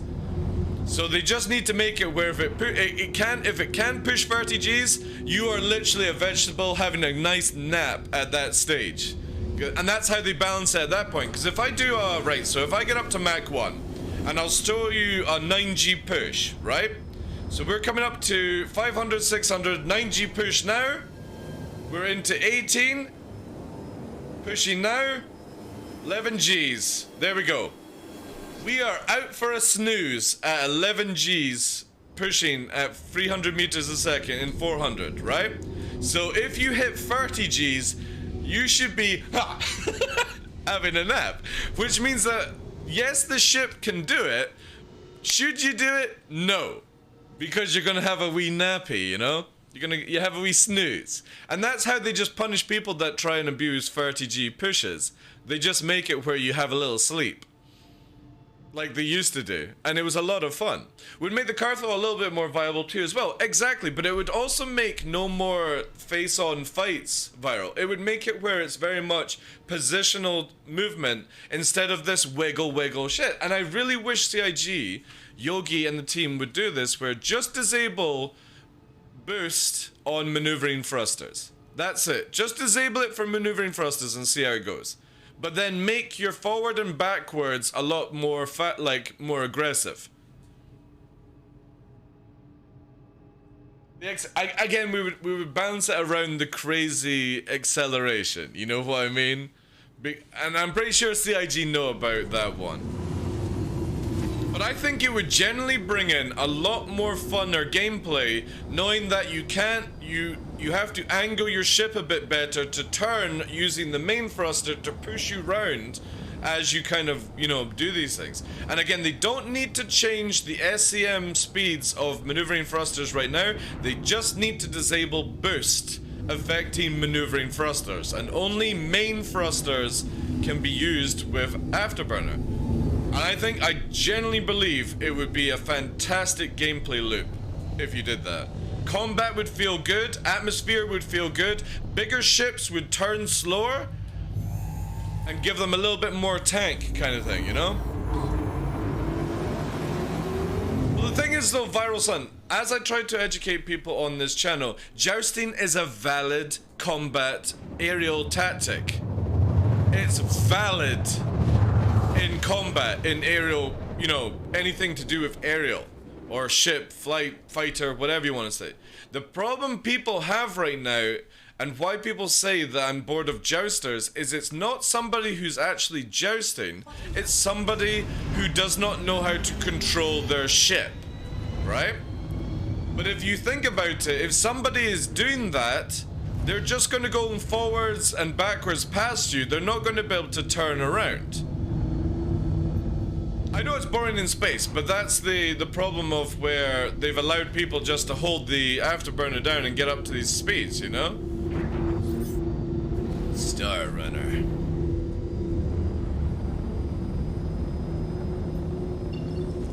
But I generally think it would bring in a really good gameplay loop. And all they have to do is just leave the maneuvering thrusters and make it where boost doesn't work on them. And then let's just see how it is, and then do a balance after that. It would also make delta merging easier, exactly. Because you'd be pre-turning as you're coming in. Atmosphere, you would actually have to bank and engage in a proper merge. Going horizontal or vertical into the merge. It wouldn't just be, oh, let's delta merge, because delta merging in fucking atmosphere pisses me the fuck off. Because you literally can't do it. In real life. It should not be possible. Nice, that's working. Good.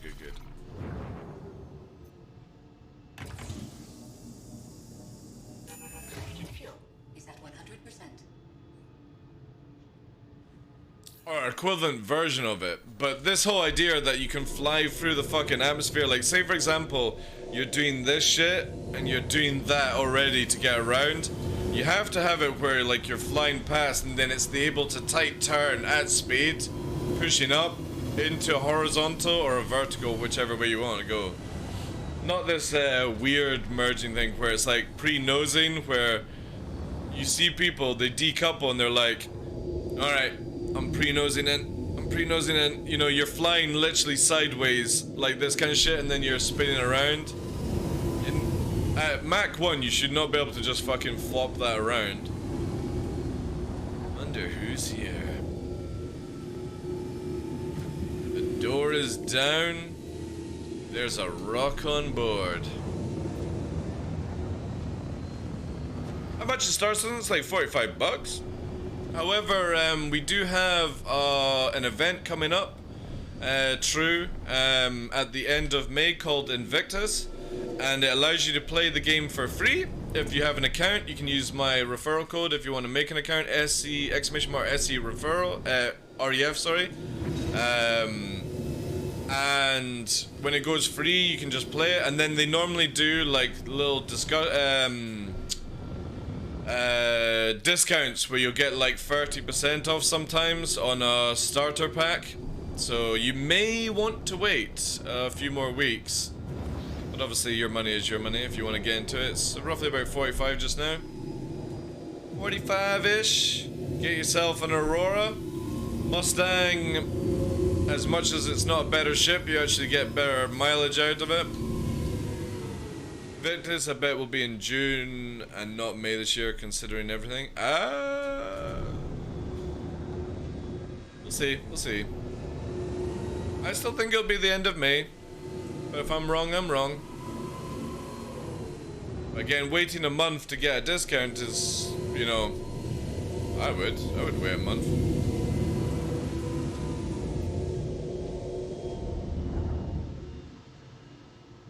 April. Or, yeah, you could get involved if you're following the channel.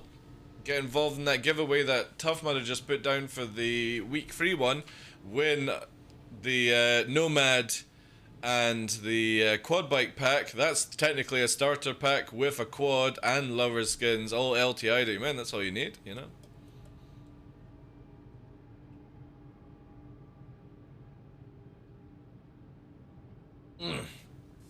I got Blizzard on today for the sneak. I was like, you know what?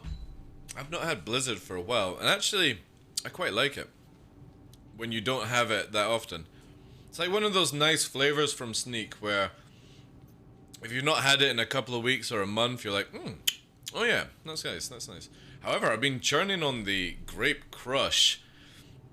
It's still, like, this is a weird thing with my relationship with the Grape Crush flavor from Sneak. !Sneak if you want to check out. Tough's already got it. I don't like Grape Crush. But I keep drinking it because I'm trying to figure out what the flavors are. And in that process, I've started to get to a point where I actually quite like it. Which is the strangest thing. But I do like mixing it and stuff. Is your computer really good? Because I got the game and it lag and bugs out like crazy. Yeah, my PC's pretty decent, Danger Frog. However, there are ways to get around certain things. Do you have an SSD? Do you have like 32 gigabyte of RAM? And what is your video card? Because if you have some of the RTXs, you can actually use like caching systems to do things, you know. Yeah, Viral Sun, yeah. I would probably say it's like fake grape kind of flavor, like the American grape stuff. Because I really like grape sodas from America. But they're not grape flavor, if you know what I mean. It's that weird kind of candy version taste to it. But if you do !kit, oh god, Tough Mudder's on all the commands today. If you check out my kit site, it'll show you the PC specs that I've got. But there are a few little tricks to make it not lag. It all depends on your spec though, Danger Frog. It does require, in its current state, quite a bit of juice though. And generally it's SSD drive, M2, better. Getting 32 gigabyte of RAM. RAM isn't that expensive these days. And then it depends on your video card and your kind of like CPU. Because if we bounce here, I've got a 3080 and it's only using like 70-80% of it. But then my i9 is bouncing. You can see the CPU is bouncing like crazy. So Star Citizen generally just doesn't know what to do with people's specs right now. And it is meant to be improving later on this year, where they're adding Vulkan, which will help lower spec PCs out better and stabilize FPS a bit better and all these things.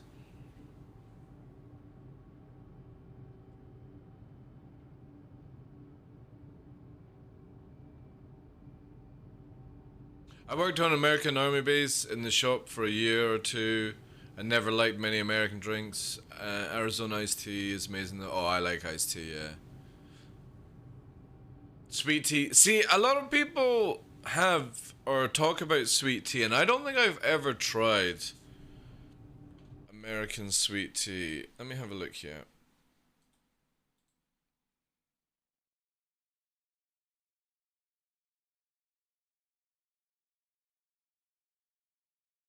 American sweet tea.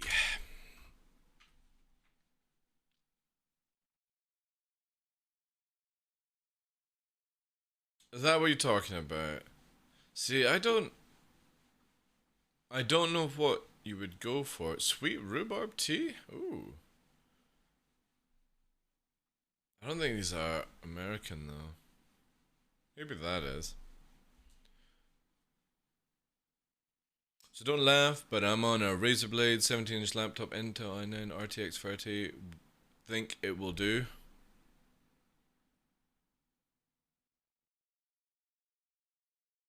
Why would I laugh at that? What, because it's a Razer Blade? Is that what we're not to laugh at? I'm trying to work out why that would be a laughable thing. True. So don't laugh, but I'm on a Razer Blade 17-inch laptop Intel i9 3080. Think that will do. If it's got enough RAM, yeah. What's your RAM on it? Almost any Arizona iced tea flavor should be sweet tea. So this would be like the stuff. This is for 24 pack, £40? Jeez. But I do want to try American sweet tea or whatever people talk about. Not iced tea. I've tried iced tea before. It's the sweet tea I would love to try. I should actually get myself some like peach or lemon iced tea. I do like it. What's this? Of iced sweet tea. That's not bad. 22 bags. It's like 50 pence, basically. Yeah, I could try that if anyone knows that. Or if anyone has like a brand I can check. But yeah, that should work. Again, True Wise. The long as you've like the i9 is good, the RTX is good. It just depends of like SSD and then your RAM is good. Isn't sweet tea just iced tea with more sugar, or am I missing something? No, I actually don't know. I watch Bearded versus Foods kind of guy, and he's in America just now, and he was like, every time he goes into a restaurant, he was ordering sweet tea. So, I think it's a totally different kind of way of doing tea than just adding more sugar, you know? It's just, it'll be like the blend is sweeter. It's sugar with a hint of tea. Yeah, it's a cup of sugar with a drop of tea in it. Hey Cal, how you doing, Chief? But I do like iced tea, but I really would like to try sweet tea, whatever it is. It's homemade, using the sun that helped made it. Okay, that's not helping me at all whatsoever. How do I make... Oh, here we go. Into the depths of how to make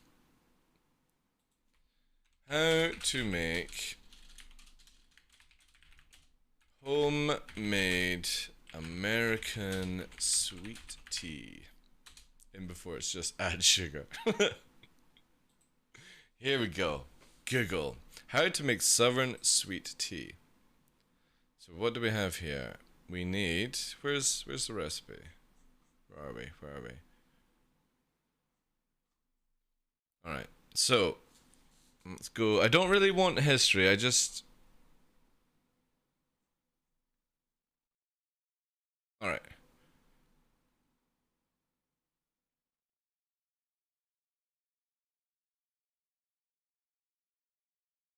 Can I just get the recipe, please?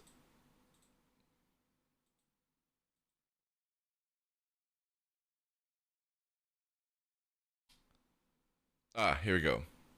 So, free family-size black tea bags or 12 individual tea bags, such as Lipton or Luth. 1 cup granulated sugar, ice, fresh mint leaves or lemon slices optional. Ooh. Ooh. So, steep the tea for 5 minutes. Add the sugar to the tea. Pour the tea into the pitcher. Top off the pitcher with water.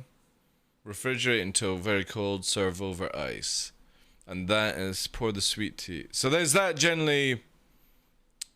That's a southern recipe. That actually sounds really refreshing. Lots of sugar though. But fuck it, you know?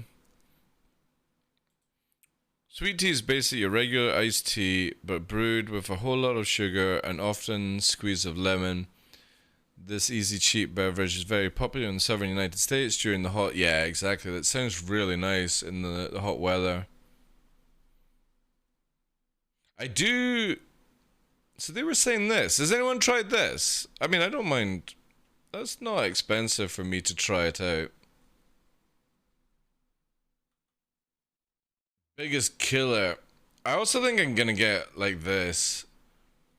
I quite like the idea of some iced tea, peach iced tea, like Mama used to make.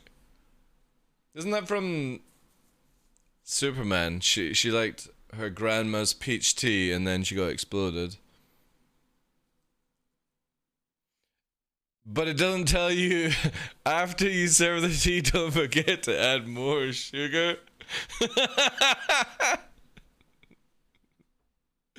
10 quarts. Makes 10 quarts. What's that? Oh, see, that looks awesome, man. Yeah, I think I'm going to get some peach tea. Yeah. That just looks so good. I need to get some peaches as well to put into the tea. Yeah, this is definitely going to get a buy. What is... That's fine. Total sugar is 24 grams. Fuck it. It's not like I'm going to drink the whole fucking tub. Country of origin. USA. Mango iced tea. Pack of 12. Ooh, yeah, that's quite expensive. But for a treat, I quite like the idea of this. These are very expensive, but I like the idea of a can. But for £40 for a 24 pack, and they've got lemonade version as well. Get by tomorrow. Interesting. Fucking import, like.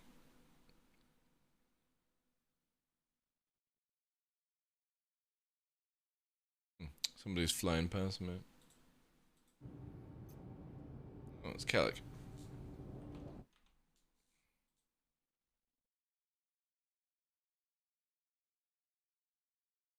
Yeah. Sweet and spicy herbal tea. 18 tea bags for £9. That's not bad. Sweet chili tea. Ooh. Butterfly pea tea. Not sure about that, to be honest. Those cans are huge. Yeah, I mean that. It's a big can of sweet tea. I would like to try something like this, because again, we don't get it here in the UK. So you're paying import, 24 pack, you know? Has anyone ever tried this? Free diabetes. I'm not gonna drink 24 fucking cans back to back, you know?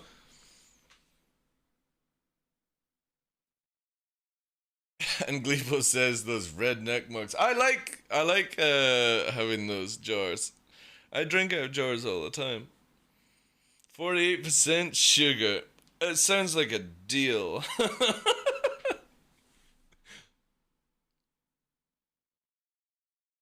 These are good, are they? Why I'm on the same server as you again? Because it's PTU, Calic. There's hardly anyone here. How you doing, Chief? Sorry, we're discussing sweet American tea. I would like to try out. So you said this is my favorite one. Do you think this would be worth it for 24 cans for nearly $60? And you gotta remember, it's coming across from America to Scotland. $60 for 24 cans to try. Do you think that's worth it? No, it's not $40, Redbeard. It would be 60. Sweet tea. Sweet tea. You don't think it's worth it? I got addicted to them when I was in America. Bases in the Gulf. So good in the heat. Oh, God. Why did you have to say that, Espiera? Now I'm like, I want to try some Arizona Southern Style sweet tea. It is a big can, though. Does it also say you gained 5 kilograms drinking this? Yeah. No, this is tea, fresh tea, but a lot of sugar, and then like lemon or mint, Calic. Is it worth it? No. Ugh. I hate when reasonable people are in my chat. What is Buddy State? Buddy State 20T. Ah, it's quite expensive as well. Alright. I think I'm just gonna get some peach tea. And I'm just going to add some more sugar to it. That's it. Since I now know how to make American sweet tea. One moment. Let's get a video. Quick video in. Yeah, that's fine. Lipton.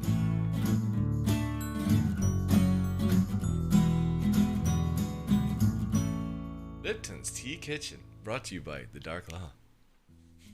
Hi y'all, I'm Becky and this is Jen and we work on the Lipton marketing team. I really wanted to do like... But we're both also born in the Yo! South. Becky's from New Orleans and I'm from Macon, Georgia. And today we just wanted to take a minute to show y'all how we make tea back home. Everyone in the South puts their own spin on making sweet tea. We've realized our recipes are quite similar, so today we're going to show you how to do it. So here's what you'll need to make a gallon of If sweet they were tea. actually to First, say it you at the need same 4 time, cups I'd be a of little water. freaked out, to Second, be we're going honest. to be using 6 Lipton cup-sized tea bags. Or Damn! if you have family-sized tea bags on hand, you can use 3. Before we go into this a little bit more, the only thing that's slightly worrying me is that giant fucking bowl of sugar beside Lady in Green. Look how much fucking sugar that is. That's enough to take diabetes to a whole new level. Alright? That's a lot. That's a lot there. If they pour that shit in, that's it. I'm fucking done. You'll also Right, here we need go. a pinch of baking soda. And finally, we'll need some sugar. Today's Yeah. We'll need some sugar as she touches the fucking bowl. Now, are we talking about a cup of sugar or are we talking about the fucking bowl? Because normally if I was trying to advertise something, especially with that shit amount of sugar, I would be touching the fucking thing that's in the sugar to try and make it where people understand you don't put the whole fucking thing in. Honestly, you can sweeten Oh, a your cup tea. and a half. And Alright, a cup and a half. Not a to use bowl and a 4 half. cups of sugar in my sweet tea. Finally, we'll also be topping off with enough cold water to fill your gallon pitcher at the end. A gallon pitcher. However, I love to add lemon and fresh mint to my sweet tea, so have some. Guess you're getting used. Started. Bring 4 cups of water. I don't have a gallon of fucking pitcher. Once it boils, remove it from the direct heat. And now you're ready to put in your tea bags. An old trick that Becky actually taught me was to tie the strings of your tea bags together. This prevents the tea bags from falling into the water, swimming away, or even from the tags from falling. Tea bags swim away? Okay, what fucking tea bags do you have in America that it swims away? Because my tea bag just pretty much sits in a fucking bowl or pot or anything like that. I've never seen a tea bag swim the fuck away. So you've got to tie them together? What the hell? Falling into the burner and actually catching on fire. Burner? With the tea bags tied, simply drop into your pot. Right. Quick dunk. make sure you put the lid back on the pot and How does it swim away? About 15 minutes. Now that your tea is steeped for about 15 But how does it swim away? She literally said we have to tie them together or they swim away. Where the fuck does it go? minutes, move I'm the so timer. confused at what that term is about. Make sure to give it a good squeeze. And she said burner. It's not even on the burner. Just a pinch of baking soda will prevent the tea from being bitter, as well as give it a nice, gorgeous color. Now that we've added the baking soda, we're ready for the secret ingredient. And why is she dressed like an old lady? Why is she dressed like I understand the girl in green, right? I understand the girl in green. But why is the one in the dark blue like she's wearing 50s, 60s old fucking Mother Hubbard jumper like? The sugar. As I said earlier, we're going to be using about Oh my 1.5 god! Holy shit. Fuck me, that's a lot of We'll sugar. measure that out. Oh my god, she's going in for seconds. No, stop. Stop. Diabetes. So the tea's to my sweetness liking. That's not half a cup. You said 1.5 cup. That's 2 cups. All I right. want my lips to almost pucker when I taste it. What? Go and get a gram of cocaine if you want to not feel your lips. It's cheap. Oh my god, that's 2.5 cups. She said 1.5 cups. She's gone for 2.5 fucking cups. Just pour the bowl in at this All the stage. sugar added to our tea. We want to give it a really good stir. Fucking hell, like, is this for one person? So don't be afraid if it takes. Oh yeah, they're diluting it. Sorry, I forgot, they're diluting Feel it. free to put it back on the stove top, just to give it a little extra heat, which will help the dissolving process. Once it's all dissolved, you're ready to pour the tea into the pitcher. It's like fucking liquid crack that they're cooking here. Excellent. And now all we have to do is top off with cold water. Right, okay, we're diluting, this is good, Alright, there's plenty of diluting. That's it, that's good, that's All enough. done. Just refrigerate to cool. Awesome. Our sweet tea's now been chilling in the refrigerator for several hours, so it's iced. That fucking jug is ridiculous, like, I'm pretty sure you don't need a jug that big in a household. Cold and ready to enjoy.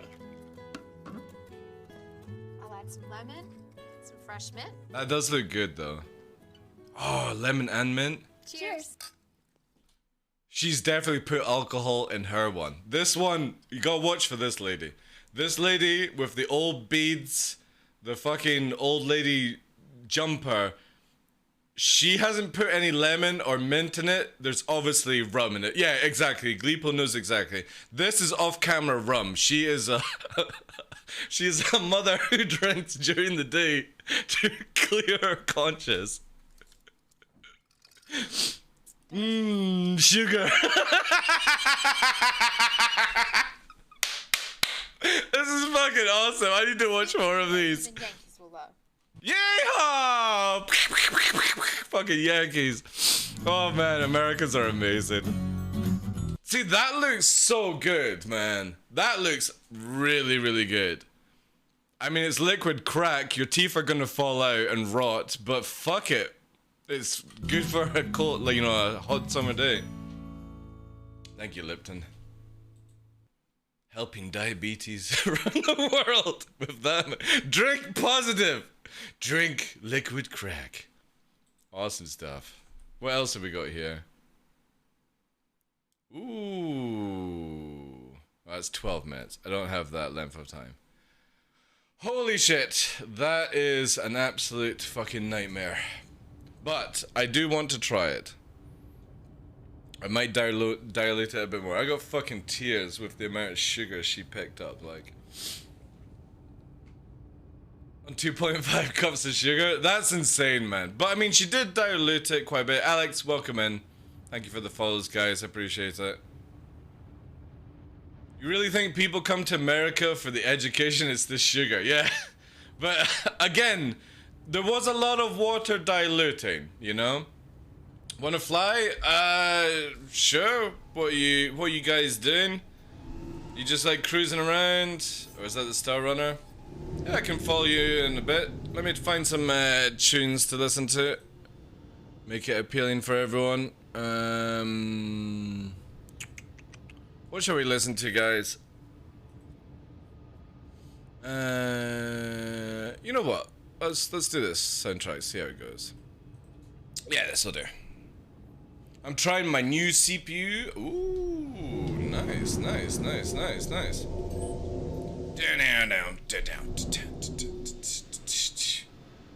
So in other words, our EU style iced tea with triple the sugar. I think that's what we're going for. And then, oh, just a pinch of mint. Sticks. Just a pinch of mint and a little bit of orange. And then you have liquid crack that Americans drink. What speed? You tell me, dude. I don't mind.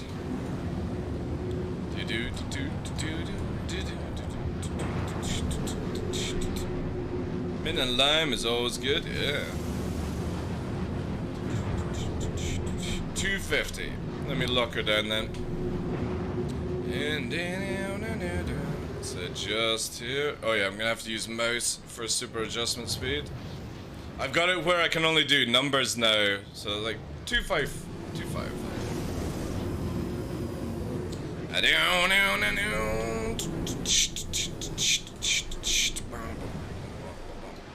Put it up a wee bit more, just so I can cruise in.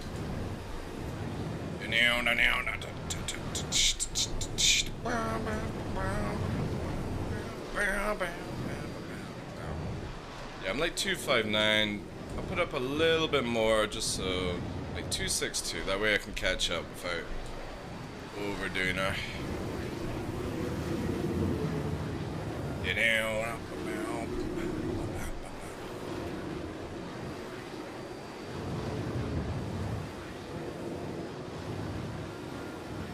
I'm gonna need a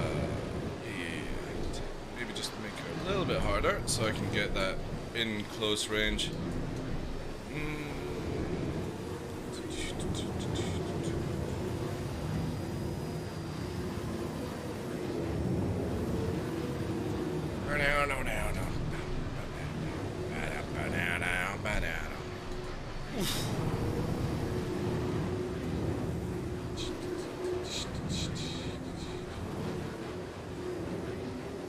Alright, more music, guys.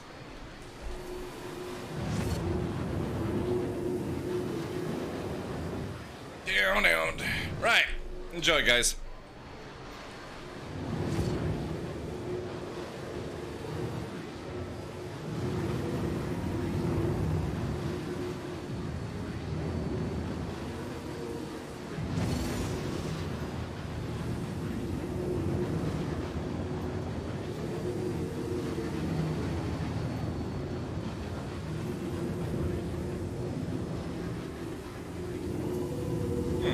Getting a little bit lost here. Ugh, not used to the slow speeds. Also, I don't have target. I think I'll target you. Just so I got a marker. I'll go lead though. Or lag, sorry.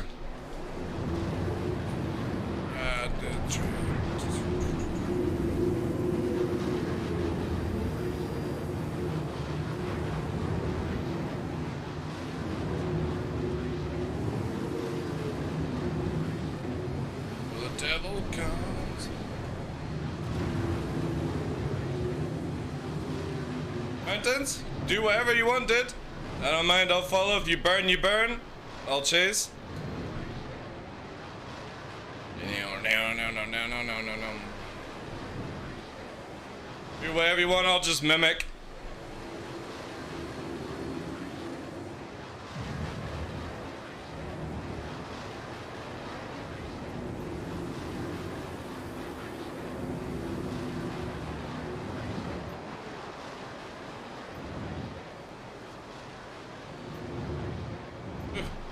Decline that.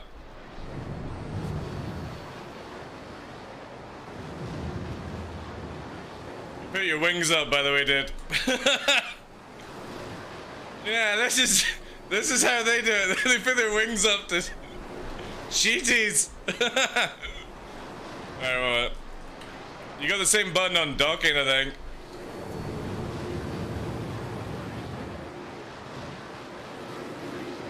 Yeah.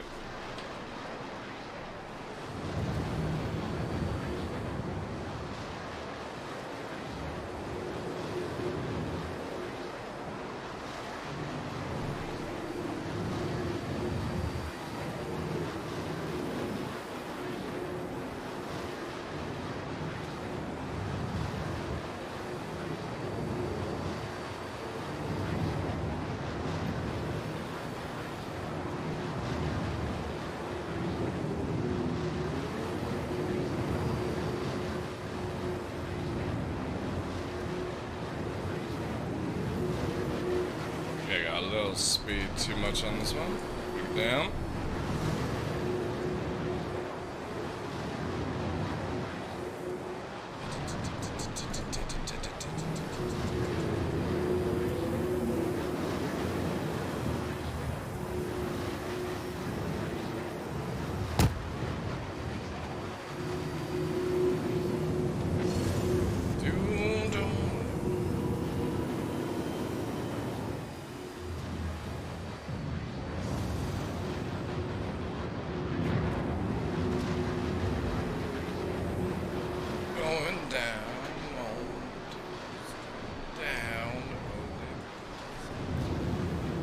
Get that repair in.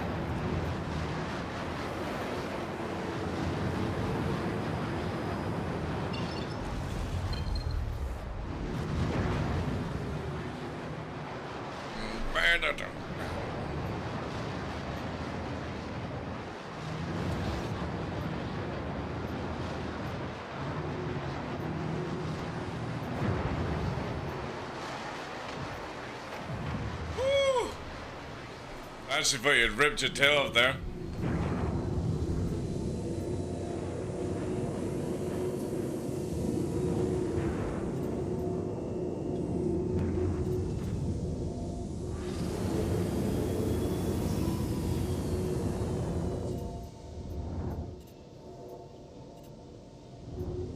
Bam, bam. Oh, damn, no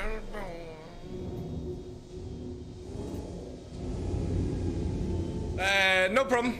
SPT. It just times people out of the links. We don't ban. If you ever need to do a link for somebody, just ask for a permit. One of the mods should be able to hook you up with that.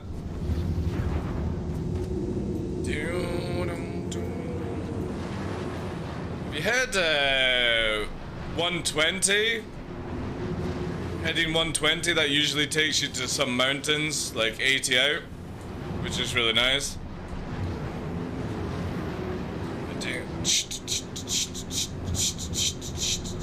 What am I set? So you're saying 300 you got at? I'll move up to 301. I'll do like 325. Then I can mimic it. Bow, bow, bow, bow. HT was the brand? Yeah, I'll check out some stuff later on. Because I quite fancy getting some Lipton peach tea. And I'll just make my own sweet tea, since it's pretty much just water and sugar with tea essence, you know?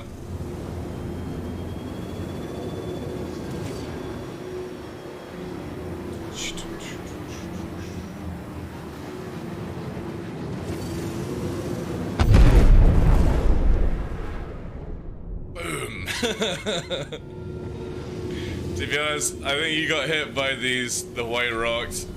It didn't look anything on my screen.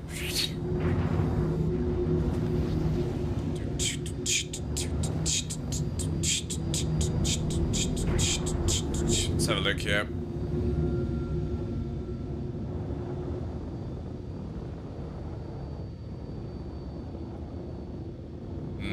Possible.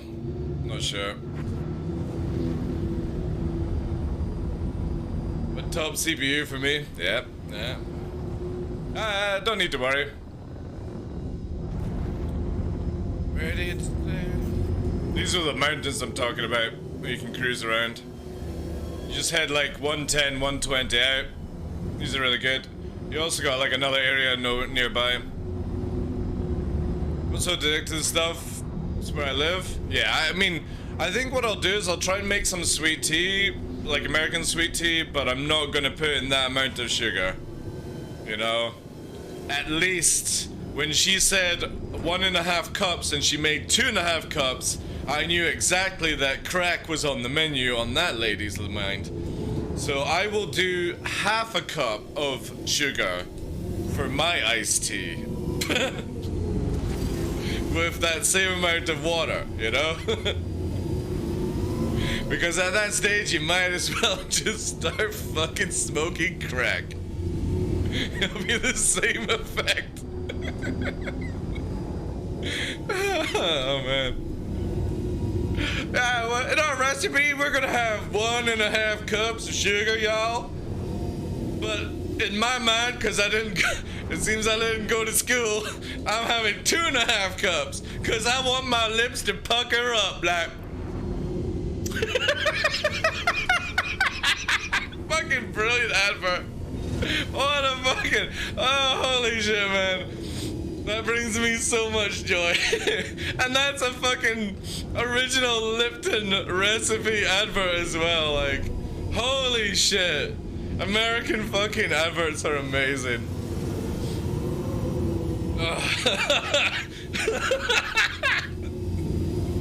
And then what you don't know about mine is full of vodka. My iced tea is full of vodka because my husband and kids drive me fucking nuts. But I work for Lipton.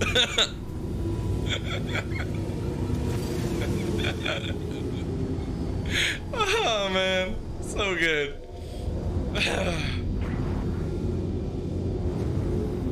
I loved it. I think what we might need to do is watch an American advert or recipe video once a day. Would you like to try reverted flight style? Whoa, reversing backwards upside down? Or are you just talking about inverted?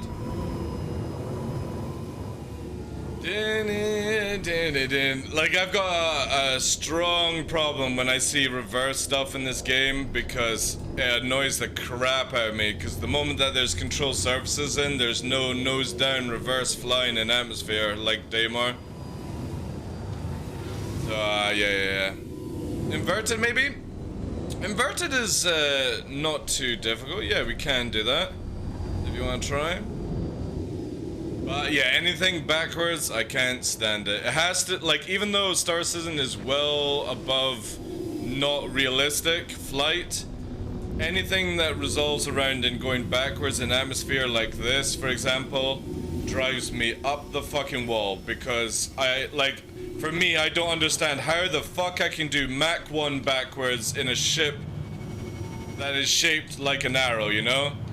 That just drives me nuts. Absolutely nuts. And we won't be able to do that in the new flight model. They literally want to annihilate reverse flying in atmosphere. Because, again, it just doesn't make sense that you can do that shit.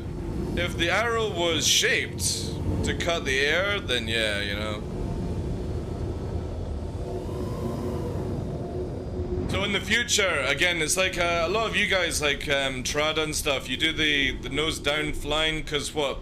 As I say to people, the nose down flying is good in a way for low flying, where, for example, if you're doing like the rolls, the wings and the fuselage are out of the way at that stage. But again, for me, I can't do that. I have to fly where my heading is like 0.5 I've seen some people where like their heading is like 30.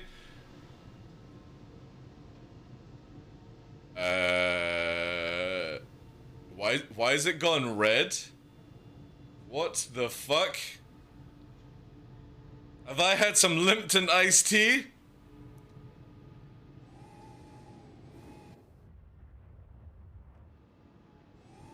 Okay, that's slightly bizarre.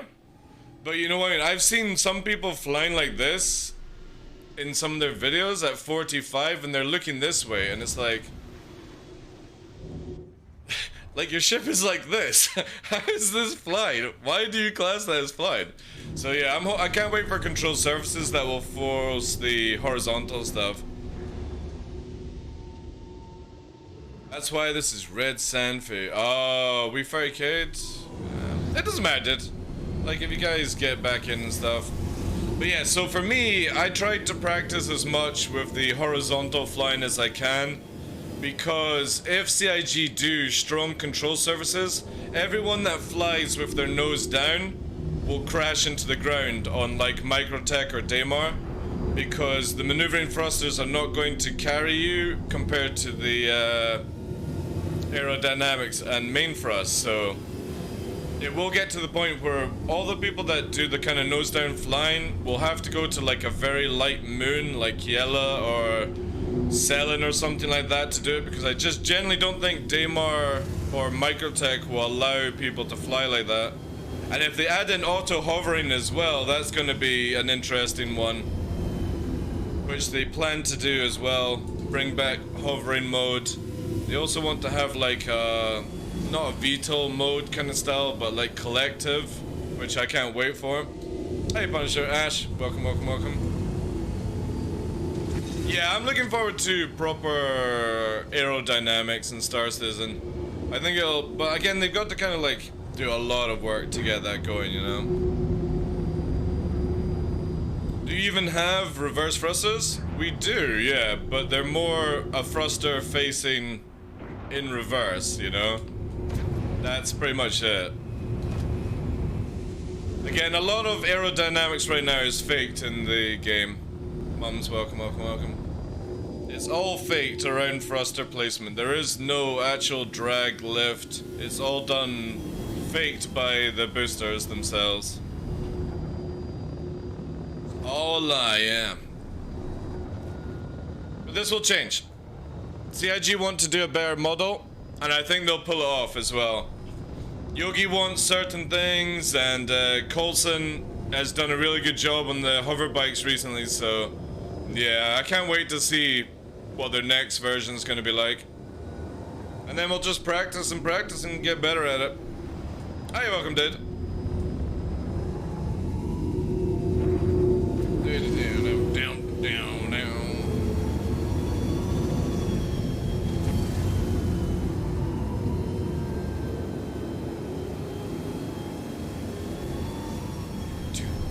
Down, down, down.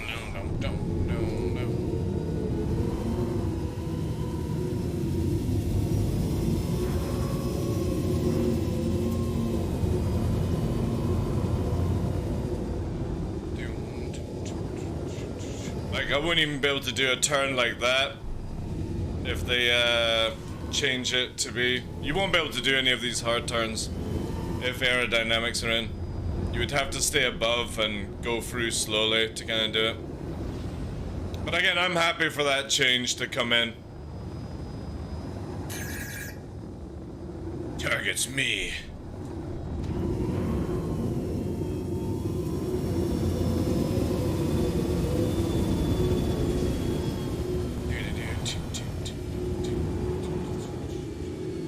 Shinra! Holy crap, there's fucking ore flying through the air. Shinra, what are you doing? There's ore flying through the air.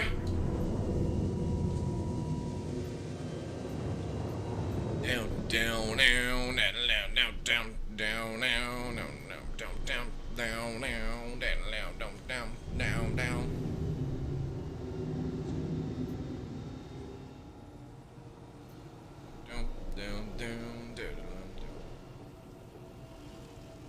Have they fixed the laser where it doesn't do all that Mimi stuff?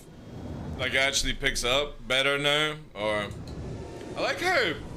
Again, I really like this change where I can't see the ore as much as you used to. It's like 300 on the old scanner. The scanneroo.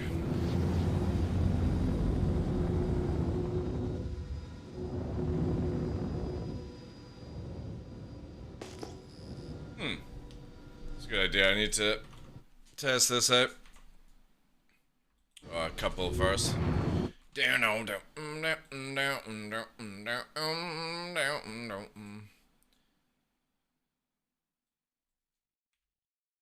That.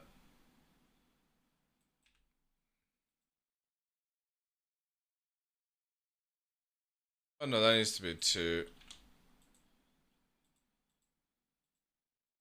If this works.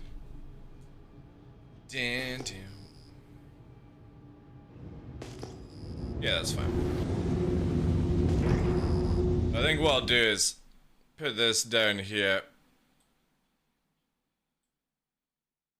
Put that up. Can I go down? There we go. Yeah.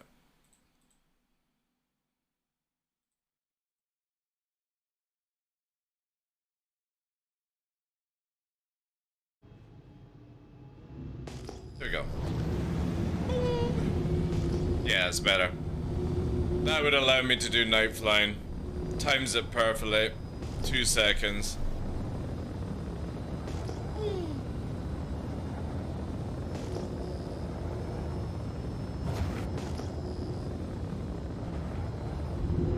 I had it where it would just do a crazy amount. And it got annoying, so I had to try and change it. Probably 1.5 seconds might be better.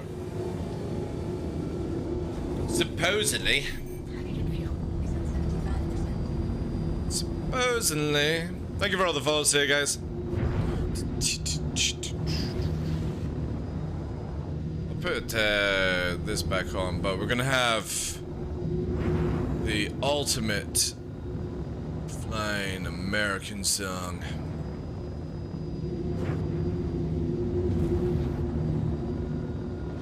That's a good one as well.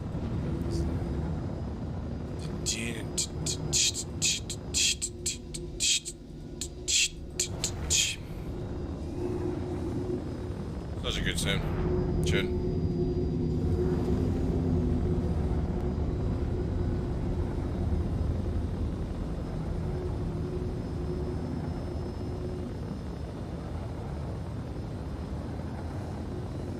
You weigh that stuff with your heart. All the sugar, yeah. Yeah. My hands.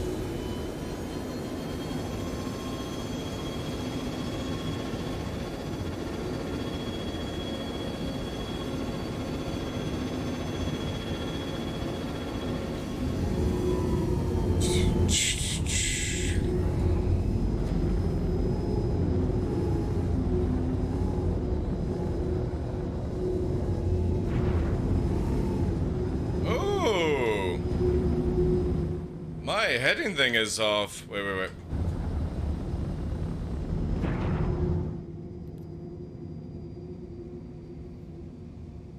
Where are you? Where are you?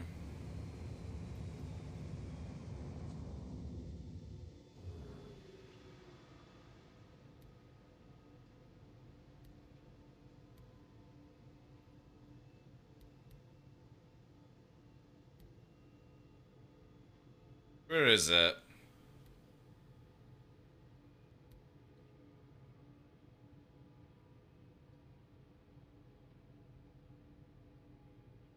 Where is the TVI setting?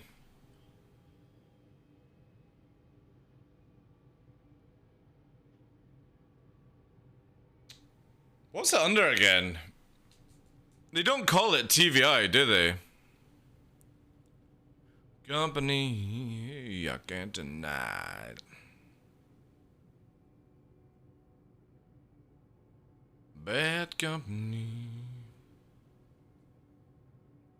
What's it called?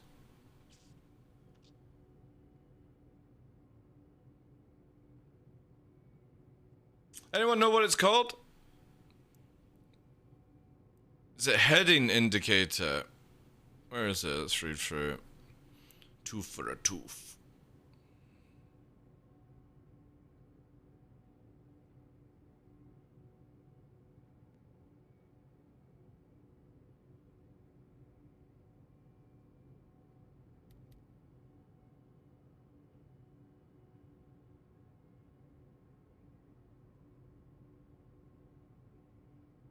Where the hell is it?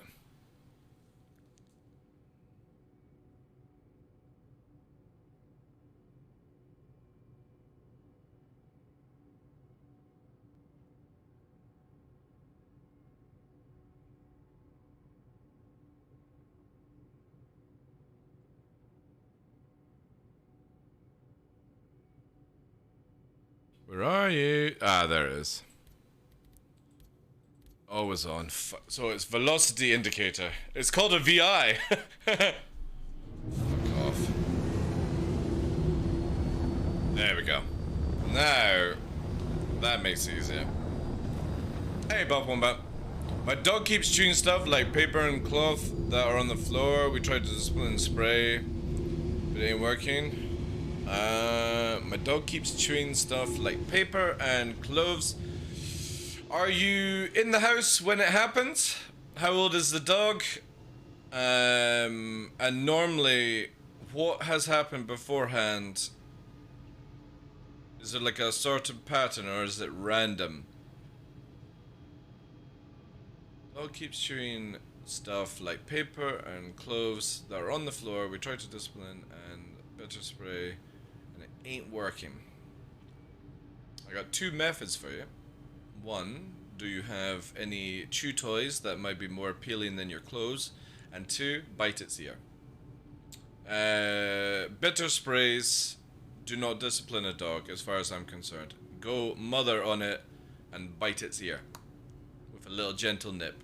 Make it squeal like what a mother dog would do. In-house 1.5. In-house 1.5. It's not random. It's every time out of... Oh, so when you're out of the house. In-house 1.5. And it's not random. It's every time. So it's 1.5 dog. Fair. Still technically pup. 16 months is normally the range. And what... Are you leaving it by itself? Or are you in the house as well? Again, I feel that the moment you catch it doing it, just literally what to do is gently put your hand around the jaw and lock the mouth. Don't apply pressure. This is more just for you to, so it doesn't nip you in the process. Lift ear and just like 1/2 inch from the tip in on the ear, just apply a little bit of teeth pressure to make it squeal. Like a mother dog would do to discipline. And normally that will sort out most problems with dogs. And it does not harm them. You're not applying it to where you bleed or cut the ear. You're literally making it where you're interacting a mother dog to a pup. And that does clear up a lot of naughty things that puppies might be doing as mischief. It sounds it's more like having a tantrum or trying to get attention. Because generally paper is... Anytime a dog is destructive, it's either bored, and I'm not saying like physically bored, I'm saying mentally bored. You're leaving him. Now, are you leaving the house? Because then that's definitely... That's a child having a tantrum. That is a dog having a tantrum. If you are leaving the room, it's basically trying to do anything to get attention. So you need to punish that attention. And bitter sprays work in some situations, but I genuinely believe because it's at that age, do the mother trick of implying a small amount of pain as a mother dog would do, or a parent dog would do to discipline a pup. Before anyone freaks out, this is completely harmless for the dog. It just basically teaches boundaries. Because again, you're not going to inflict any damage to the ear. You're just... Their ears are very sensitive. This is why the mothers grab them that way. And 1/2 inch in from the tip onwards gives it a lot more flesh, and you're just literally going to gently apply a little pressure to make the pup squeal. And the best thing to do, again, is hold the gel just in case it decides to have a little bite back on you kind of thing. Once or twice, and it will realize, okay, this is where I'm going to get a small sharp pain if I misbehave. But then, afterwards, you know, try and give something more to interact with, you know? So, like, instead of paper or clothes lying around, maybe tidy up a little bit more. Not to say that it's a messy situation, but tidy up your house a little bit more. Take away those impulses and reward with more chewy toys that maybe put some treats in them. I can find you some ones right now that I would recommend. So if we go here and we'll go to Amazon and we're going to do dog treat chew toys. And we're going to look here, something like this, where you basically put the food or its favorite treat, peanut butter, but also make sure it's peanut butter that works for dogs. You've got to make sure that it's, normally organic peanut butter is the best one to use. But something like this, where basically the dog goes and interacts and tires itself out mentally, not physically, and stuff. But I always recommend the ear one. A lot of people freak out about it, but as I tried to say, mother dogs do this to puppies all the way up to the age of 2 in a pack. Other dogs will also bite younger dogs in the ear because it's the most sensitive part for a dog, because their pain receptors are much different to humans. And we're not talking about where we're trying to inflict it where it bleeds or cuts it. We're applying just a small amount of pressure, and your front teeth are generally the best to do it on, because if you use your nails you could cut the skin, and all we're doing is basically doing like a clamp where it's and down. And the dog will squeal because it's very, very painful, but it's not going to inflict any damage to the ear. It's basically to send a message to the brain as, no, this is punishment. Because obviously vocal things work, but dogs are smart where sometimes they can get around your vocals by going, alright, they're not going to do anything afterward. Oh, it's a bitter spray. Pff, I don't fucking care about it. But if it's like, oh shit, what was that? You know, and they're like, why did I feel pain? Oh, maybe I shouldn't do this because I'm feeling pain right after. Because a dog only has like generally 4 seconds to 10 seconds to learn things, or it just doesn't give a shit, you know? It's a weird thing with dogs. They store in memory of important things like going to certain parks and stuff like that. But when they're in their house and stuff like that, like, and they're sleeping, they generally don't remember a lot. So when your dog is actually just ripping up paper and doing stuff, no joke, 10 minutes later, it doesn't even fucking remember that it's done it. And it's like, oh, what's all this fucking shit? You know? And then when people come into their houses and they start having a shouting match with their dog, the dog sits there like that and they're like, oh, you totally know what you've done. The dog doesn't know what it's done. It's scared because you're raising its voice. So you have a very short window to punish dogs and educate dogs. And this is what a lot of people don't understand, that the dog will rip up its clothes and have rip up your clothes and have a fucking great time. It's like, whoa, this is great. I'm doing it because they left me in the fucking room. And 10 minutes later, after they walked away and sat down, they don't even remember they've done it. And you come in and start, you know, going freaky, and the dog's ears back. It's like, oh, my master's shouting, and I generally don't know what the fuck I've done. And that's what dogs are like. You have to punish him with a short window, so... He's grabbing the paper from tables and clothes from the couch. Yeah, so it's mischief behavior. Get these things. These things are really good to interact with. And generally, this is the thing with all dogs is, if, for example, and not to say this is what happened, Buff Wombat, but you got the dog because of COVID. And say, for example, you're not able to stay in the house as much as you used to, or you're not with the dog as much as you used to, and you're in a financial place...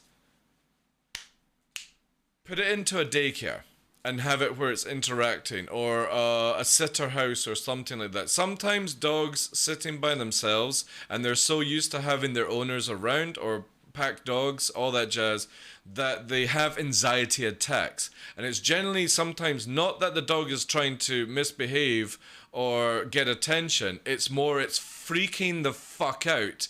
And this is its way of dealing with that anxiety attack, which is, I need to destroy something because I'm going fucking haywire.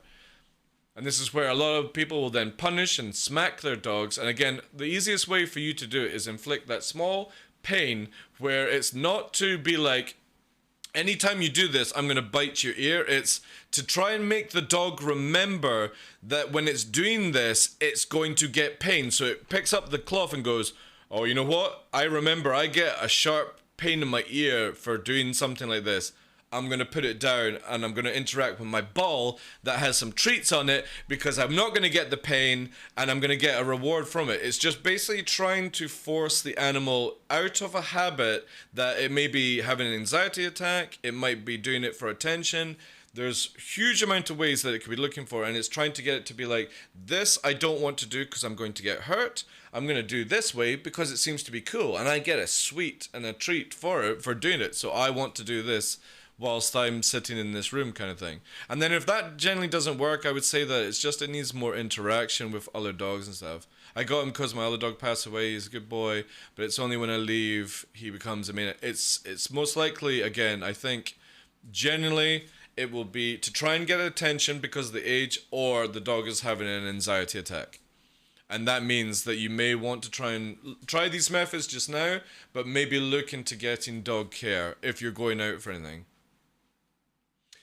The problem, right, see, this is where a lot of people, it's like, well, I've got one child in real life, I'm going to get a second child so I can put the second child with the first child and they can just fucking, you know, entertain each other. It's the sort of same mentality of a dog. It could work, but also the first dog's bad habits might translate to the second dog, and then you have couches getting ripped up because they're both having a freak out because the first dog freaks out, the second dog is like, ah, it's time for me to freak out as well. So you maybe want to try and get it sorted before interacting or bringing in another dog. Again, it can work, but it could also have the reverse effect where you have two dogs suffering from an anxiety attack because they're not understanding why they've been left. Like, I can't ever leave Nova. Luna's good. Luna will go into a room and she'll sit down and she literally goes to sleep. But Nova freaks out. He's a social dog. He has to be with human or he has anxiety attacks. So this is why, like, for me, traveling is very difficult because I need to have him where he has care. Captain, I couldn't multiple go... Class 2 status updates in progress. Dude, you don't need to drop a 50 bomb. I am completely happy to give advice on dogs. But that is insane, dude. You didn't need to do that, man. That's far too generous. You should have been spending that on puppy instead. Can we get some vibes in chat, please, for a 50 sub bomb? Like, holy crap.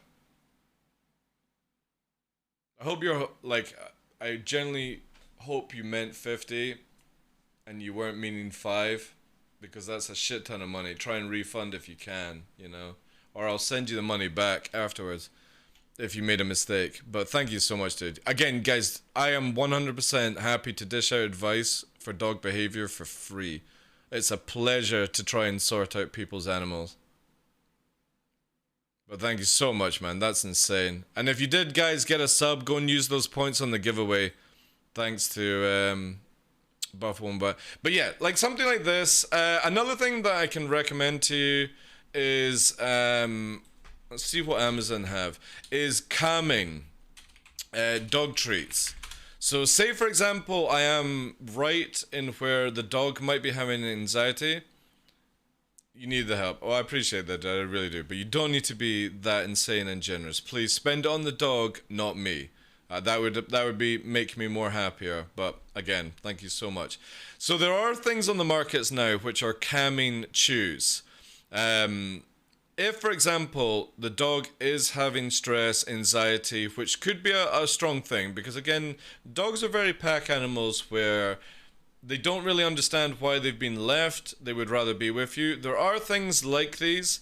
Now, I don't know what a leading one would be. You would have to do your own research into it. But generally, sometimes, say for example, you're going to leave the dog, right? And you bring it into the room that you leave it with. you don't give it the treat ball to begin with. What you do is give it basically some of these calming chews, like maybe 30 minutes before you need to go out, or after a walk or something like that. And what they do is basically just calm the animal down. It's kind of like jellies or, you know, not really diazepam kind of stuff that humans take for calming and other things like that. But this basically brings the chemical balancement in the dog down to where then it's not freaking out too much. It's more mellowed out. It's not doped up. It's just calm. It brings it into a nice calming state through a treat, and then obviously you can get these. So you're looking for calming treats or anxiety chews or something like that, depending on what you want to go with. There is obviously the oil stuff. I've never used hemp oils. I know a lot of people that use it and recommend it, but you know what I mean. I would rather where it's just a chew. And then if the dog is not having anxiety and it's just literally bored and wanting to be a little bit destructive, this method is going to be the best, because not only is it probably going to destroy the chew, but or the toy, you're looking at destructive toy £6 a time or something like that. But by the time it gets through this nonsense, it's most likely going to be naturally jaw tired, and it's just going to want to calm down. But obviously your biggest issue is depending on how long you're going to be away for. Dogs don't know time. They don't understand time. They only understand that generally 20 hours of the fucking day they want to be asleep in a puppy state. It's normally 22 hours a puppy will sleep every day. It's insane. Now you've got a 1.5 age dog, so it's mainly 16 to 18 hours a day it sleeps. It's in this vegetable state. The biggest problem is if we can get your dog to be calm, long as the doorbell doesn't fucking jolt it back up, you know what I mean? Because then we reset the process where it's calm, it's in this docile state, but obviously any loud noises can set it off. Now, here's another recommendation, right? You can record your voice, because again, dogs don't understand your words. They understand sound pattern. So say, for example, this is a really good trick that I recommend to anyone. If you are having dinner with people, right? Take your phone out, and obviously, long as your friends or family agree to it, stick your phone in the center of the table and click record on the voice. And if you're doing a 20-minute, 30-minute fucking meal or chatting away, just random shit, then record it. Put it through a generator to create a loop, and put it on like an MP3 player that has a speaker, and just have it fucking loop as you go out. The dog hears your voice. It doesn't understand the fuck the conversation's about, maybe some laughter and stuff, but it also keeps the dog in a calm state because it thinks you're in the house, even though you're not. So again, just tricking it to stay in this mellow state is really, really fucking good. And then that should get out. If not, then the last thing I would suggest is maybe take it to a daycare center if you're going out for, you know, multiple hours. If you're only going out to the shops, this method should work. But if it's like a whole day's work, 6-7 hours away, daycare, generally they're really good price these days. A dog gets interaction, it's looked after by somebody, and we stop getting the anxiety attacks. Because when a dog keeps getting repeating anxiety attacks, it gets worse and worse and worse and worse. And at a young age, it's very impressionable. And by the time that you have like a 3-4-year-old dog, we have a dog that literally can't be left on its own because it's freaking the fuck out, even if you've just gone to the toilet. And we don't want that. We want a nice, calm, relaxing, sleepy dog whilst you're away. So that would be the simple methods. Look at back for the VOD. Get one of these buggers. Try and remove anything that it normally distracts. So again, if you're going to leave the dog in the room, take all the papers out. Take all the clothes out of the room.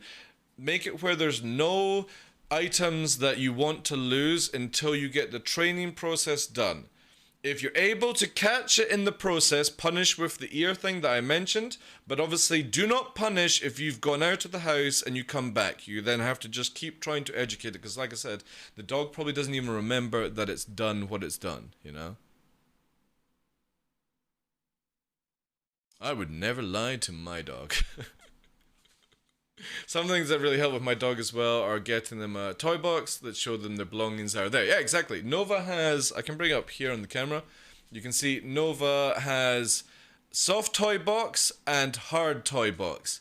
And he has to learn to actually place his toys back. Most of the time I have to do it myself, but he's actually got exactly the same toy box in the living room. So if he takes something out of the bedroom here, he has to put it in the toy box that is in the living room. And again, this just basically creates boundaries, like Subserico was saying, stuff. You can use, you mentioned here, it's like lavender. Oh, I've been kicked, or fairy kid, or whatever. I don't want to give a shit. You can use oils, so like burning oils and stuff. Not naked flame oils, but you know what I mean. You can get the little things where they heat up, you drop the oil in, and put it on before you leave, and that will create the aroma in the room, and then turn it off, because obviously we don't want fucking fires or oil spilling on the animal, but create that calming zen thing. So the dog comes in, you're chilled, you relax, it's relaxed, you leave, the dog just goes, I'm pretty zenned out, I've got the smells coming in, I've got the sound file or some light music to make a distraction, and I've got my chew toys if I need to. And these ways do work, but as I try to educate with people with dogs, it isn't something that you can just do and it fucking works straight away. It depends on the dog really at that stage, if you can nail it in a day, or if it takes a week, or if it takes a month. I do know dogs that have such bad cases that it takes years to correct these problems. Nova is a prime example, who I've had him for nearly 5 years, and I've just got him at the point where I can take him off the lead, and if he sees a deer, I've got him where he thinks, do I run or do I come back to me? It's taken me 5 years to get him to that point where he doesn't just go insta-kill mode on the deer. Where he actually goes, okay, I have a choice here. Run and get punished, or come back and we all chase the deer. And he's starting to come back and we lead up. And I get dragged by 2 dogs as they're running through the forest chasing after the deer. The deer is like, what the fuck is going on? And I'm like running with the fucking leads. Because it allows them to have their fun, but also where they're not getting punished. It's me encouraging the gameplay, not where they're just doing it by themselves. So sometimes you have to do sacrifices to make it work for you. Better than chasing after a dog for hours. You must get so frustrated with dog owners outside. I'm not even a professional, but see, even I see the dog is the pack. It depends. Again, a lot of the time, Nova is a very dominant dog. He would be classed as alpha in any pack. He is very, very dominant.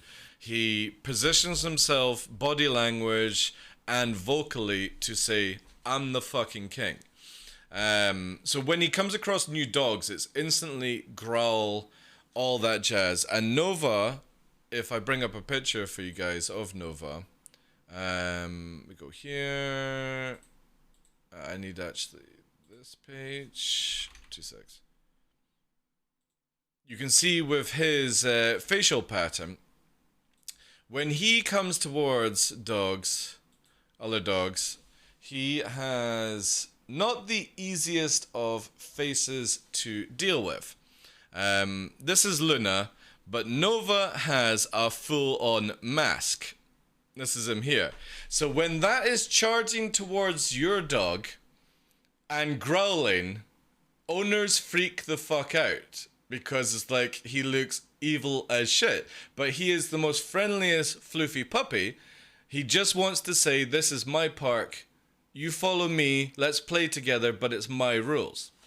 That's it, you know? But everyone goes crazy when they see this pup running towards it, and he's like, oh shit, you know? And then when you get Luna chasing afterwards, but again, he's just an absolute gentle giant, and you see with the images here, you know, he's got the marks, whilst Luna doesn't have. She's actually lost most of her mask marks here. It's actually a really cool photo where they're just chilling. Luckily, I don't know how I managed to get this one, but I took the picture of them behind them, and they managed to stay in the exact same position for me to get the forward one as well, because I'm literally down this little hill here. But these two are off the lead. These are huskies that go off the lead. Not many owners can actually let huskies off the lead. It's very difficult to train these to recall, because they are huge, like, pack-driven animals. Or prey-driven, sorry. So when we're roaming through, like, here, for example, like, this is where they're on their harness, and they're connected to me just on a waist thing. Because if they go off here, there's no fucking way I have the energy or ability to keep up with a dog chasing a deer. So whenever it's in a situation like that, they're both on the lead. If it's open ground like this, I can let them off the lead. But as they're having to roam around, I am constantly panning for any deer or wildlife, and it's instantly, the moment I notice it, they're back on the lead. Because the moment they see it, they go, you know? Talk about the harness. If you go to, here, where was it here? Where'd you get them? Somebody actually asked me on the thing, if you're ever looking for harnesses, this is the stuff that I recommend for all dogs. I get it from that store in the UK.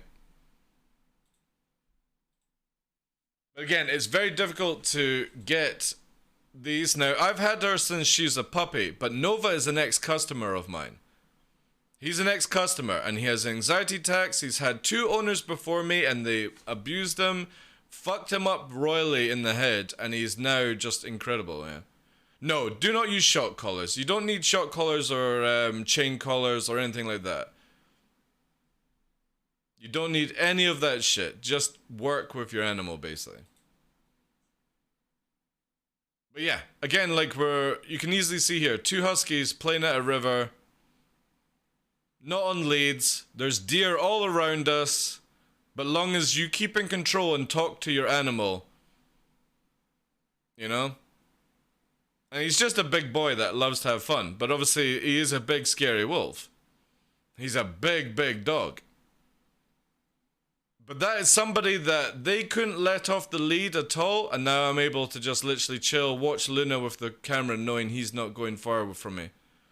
And that's taken 5 years to get to that stage, and it's going to be, till he passes away, it will still be work to get it where I can move away and have them for these kind of shots where they will stay and interact, because it is work, you know? He's a 32 kilogram of husky. He's very, very heavy for the big pup, so...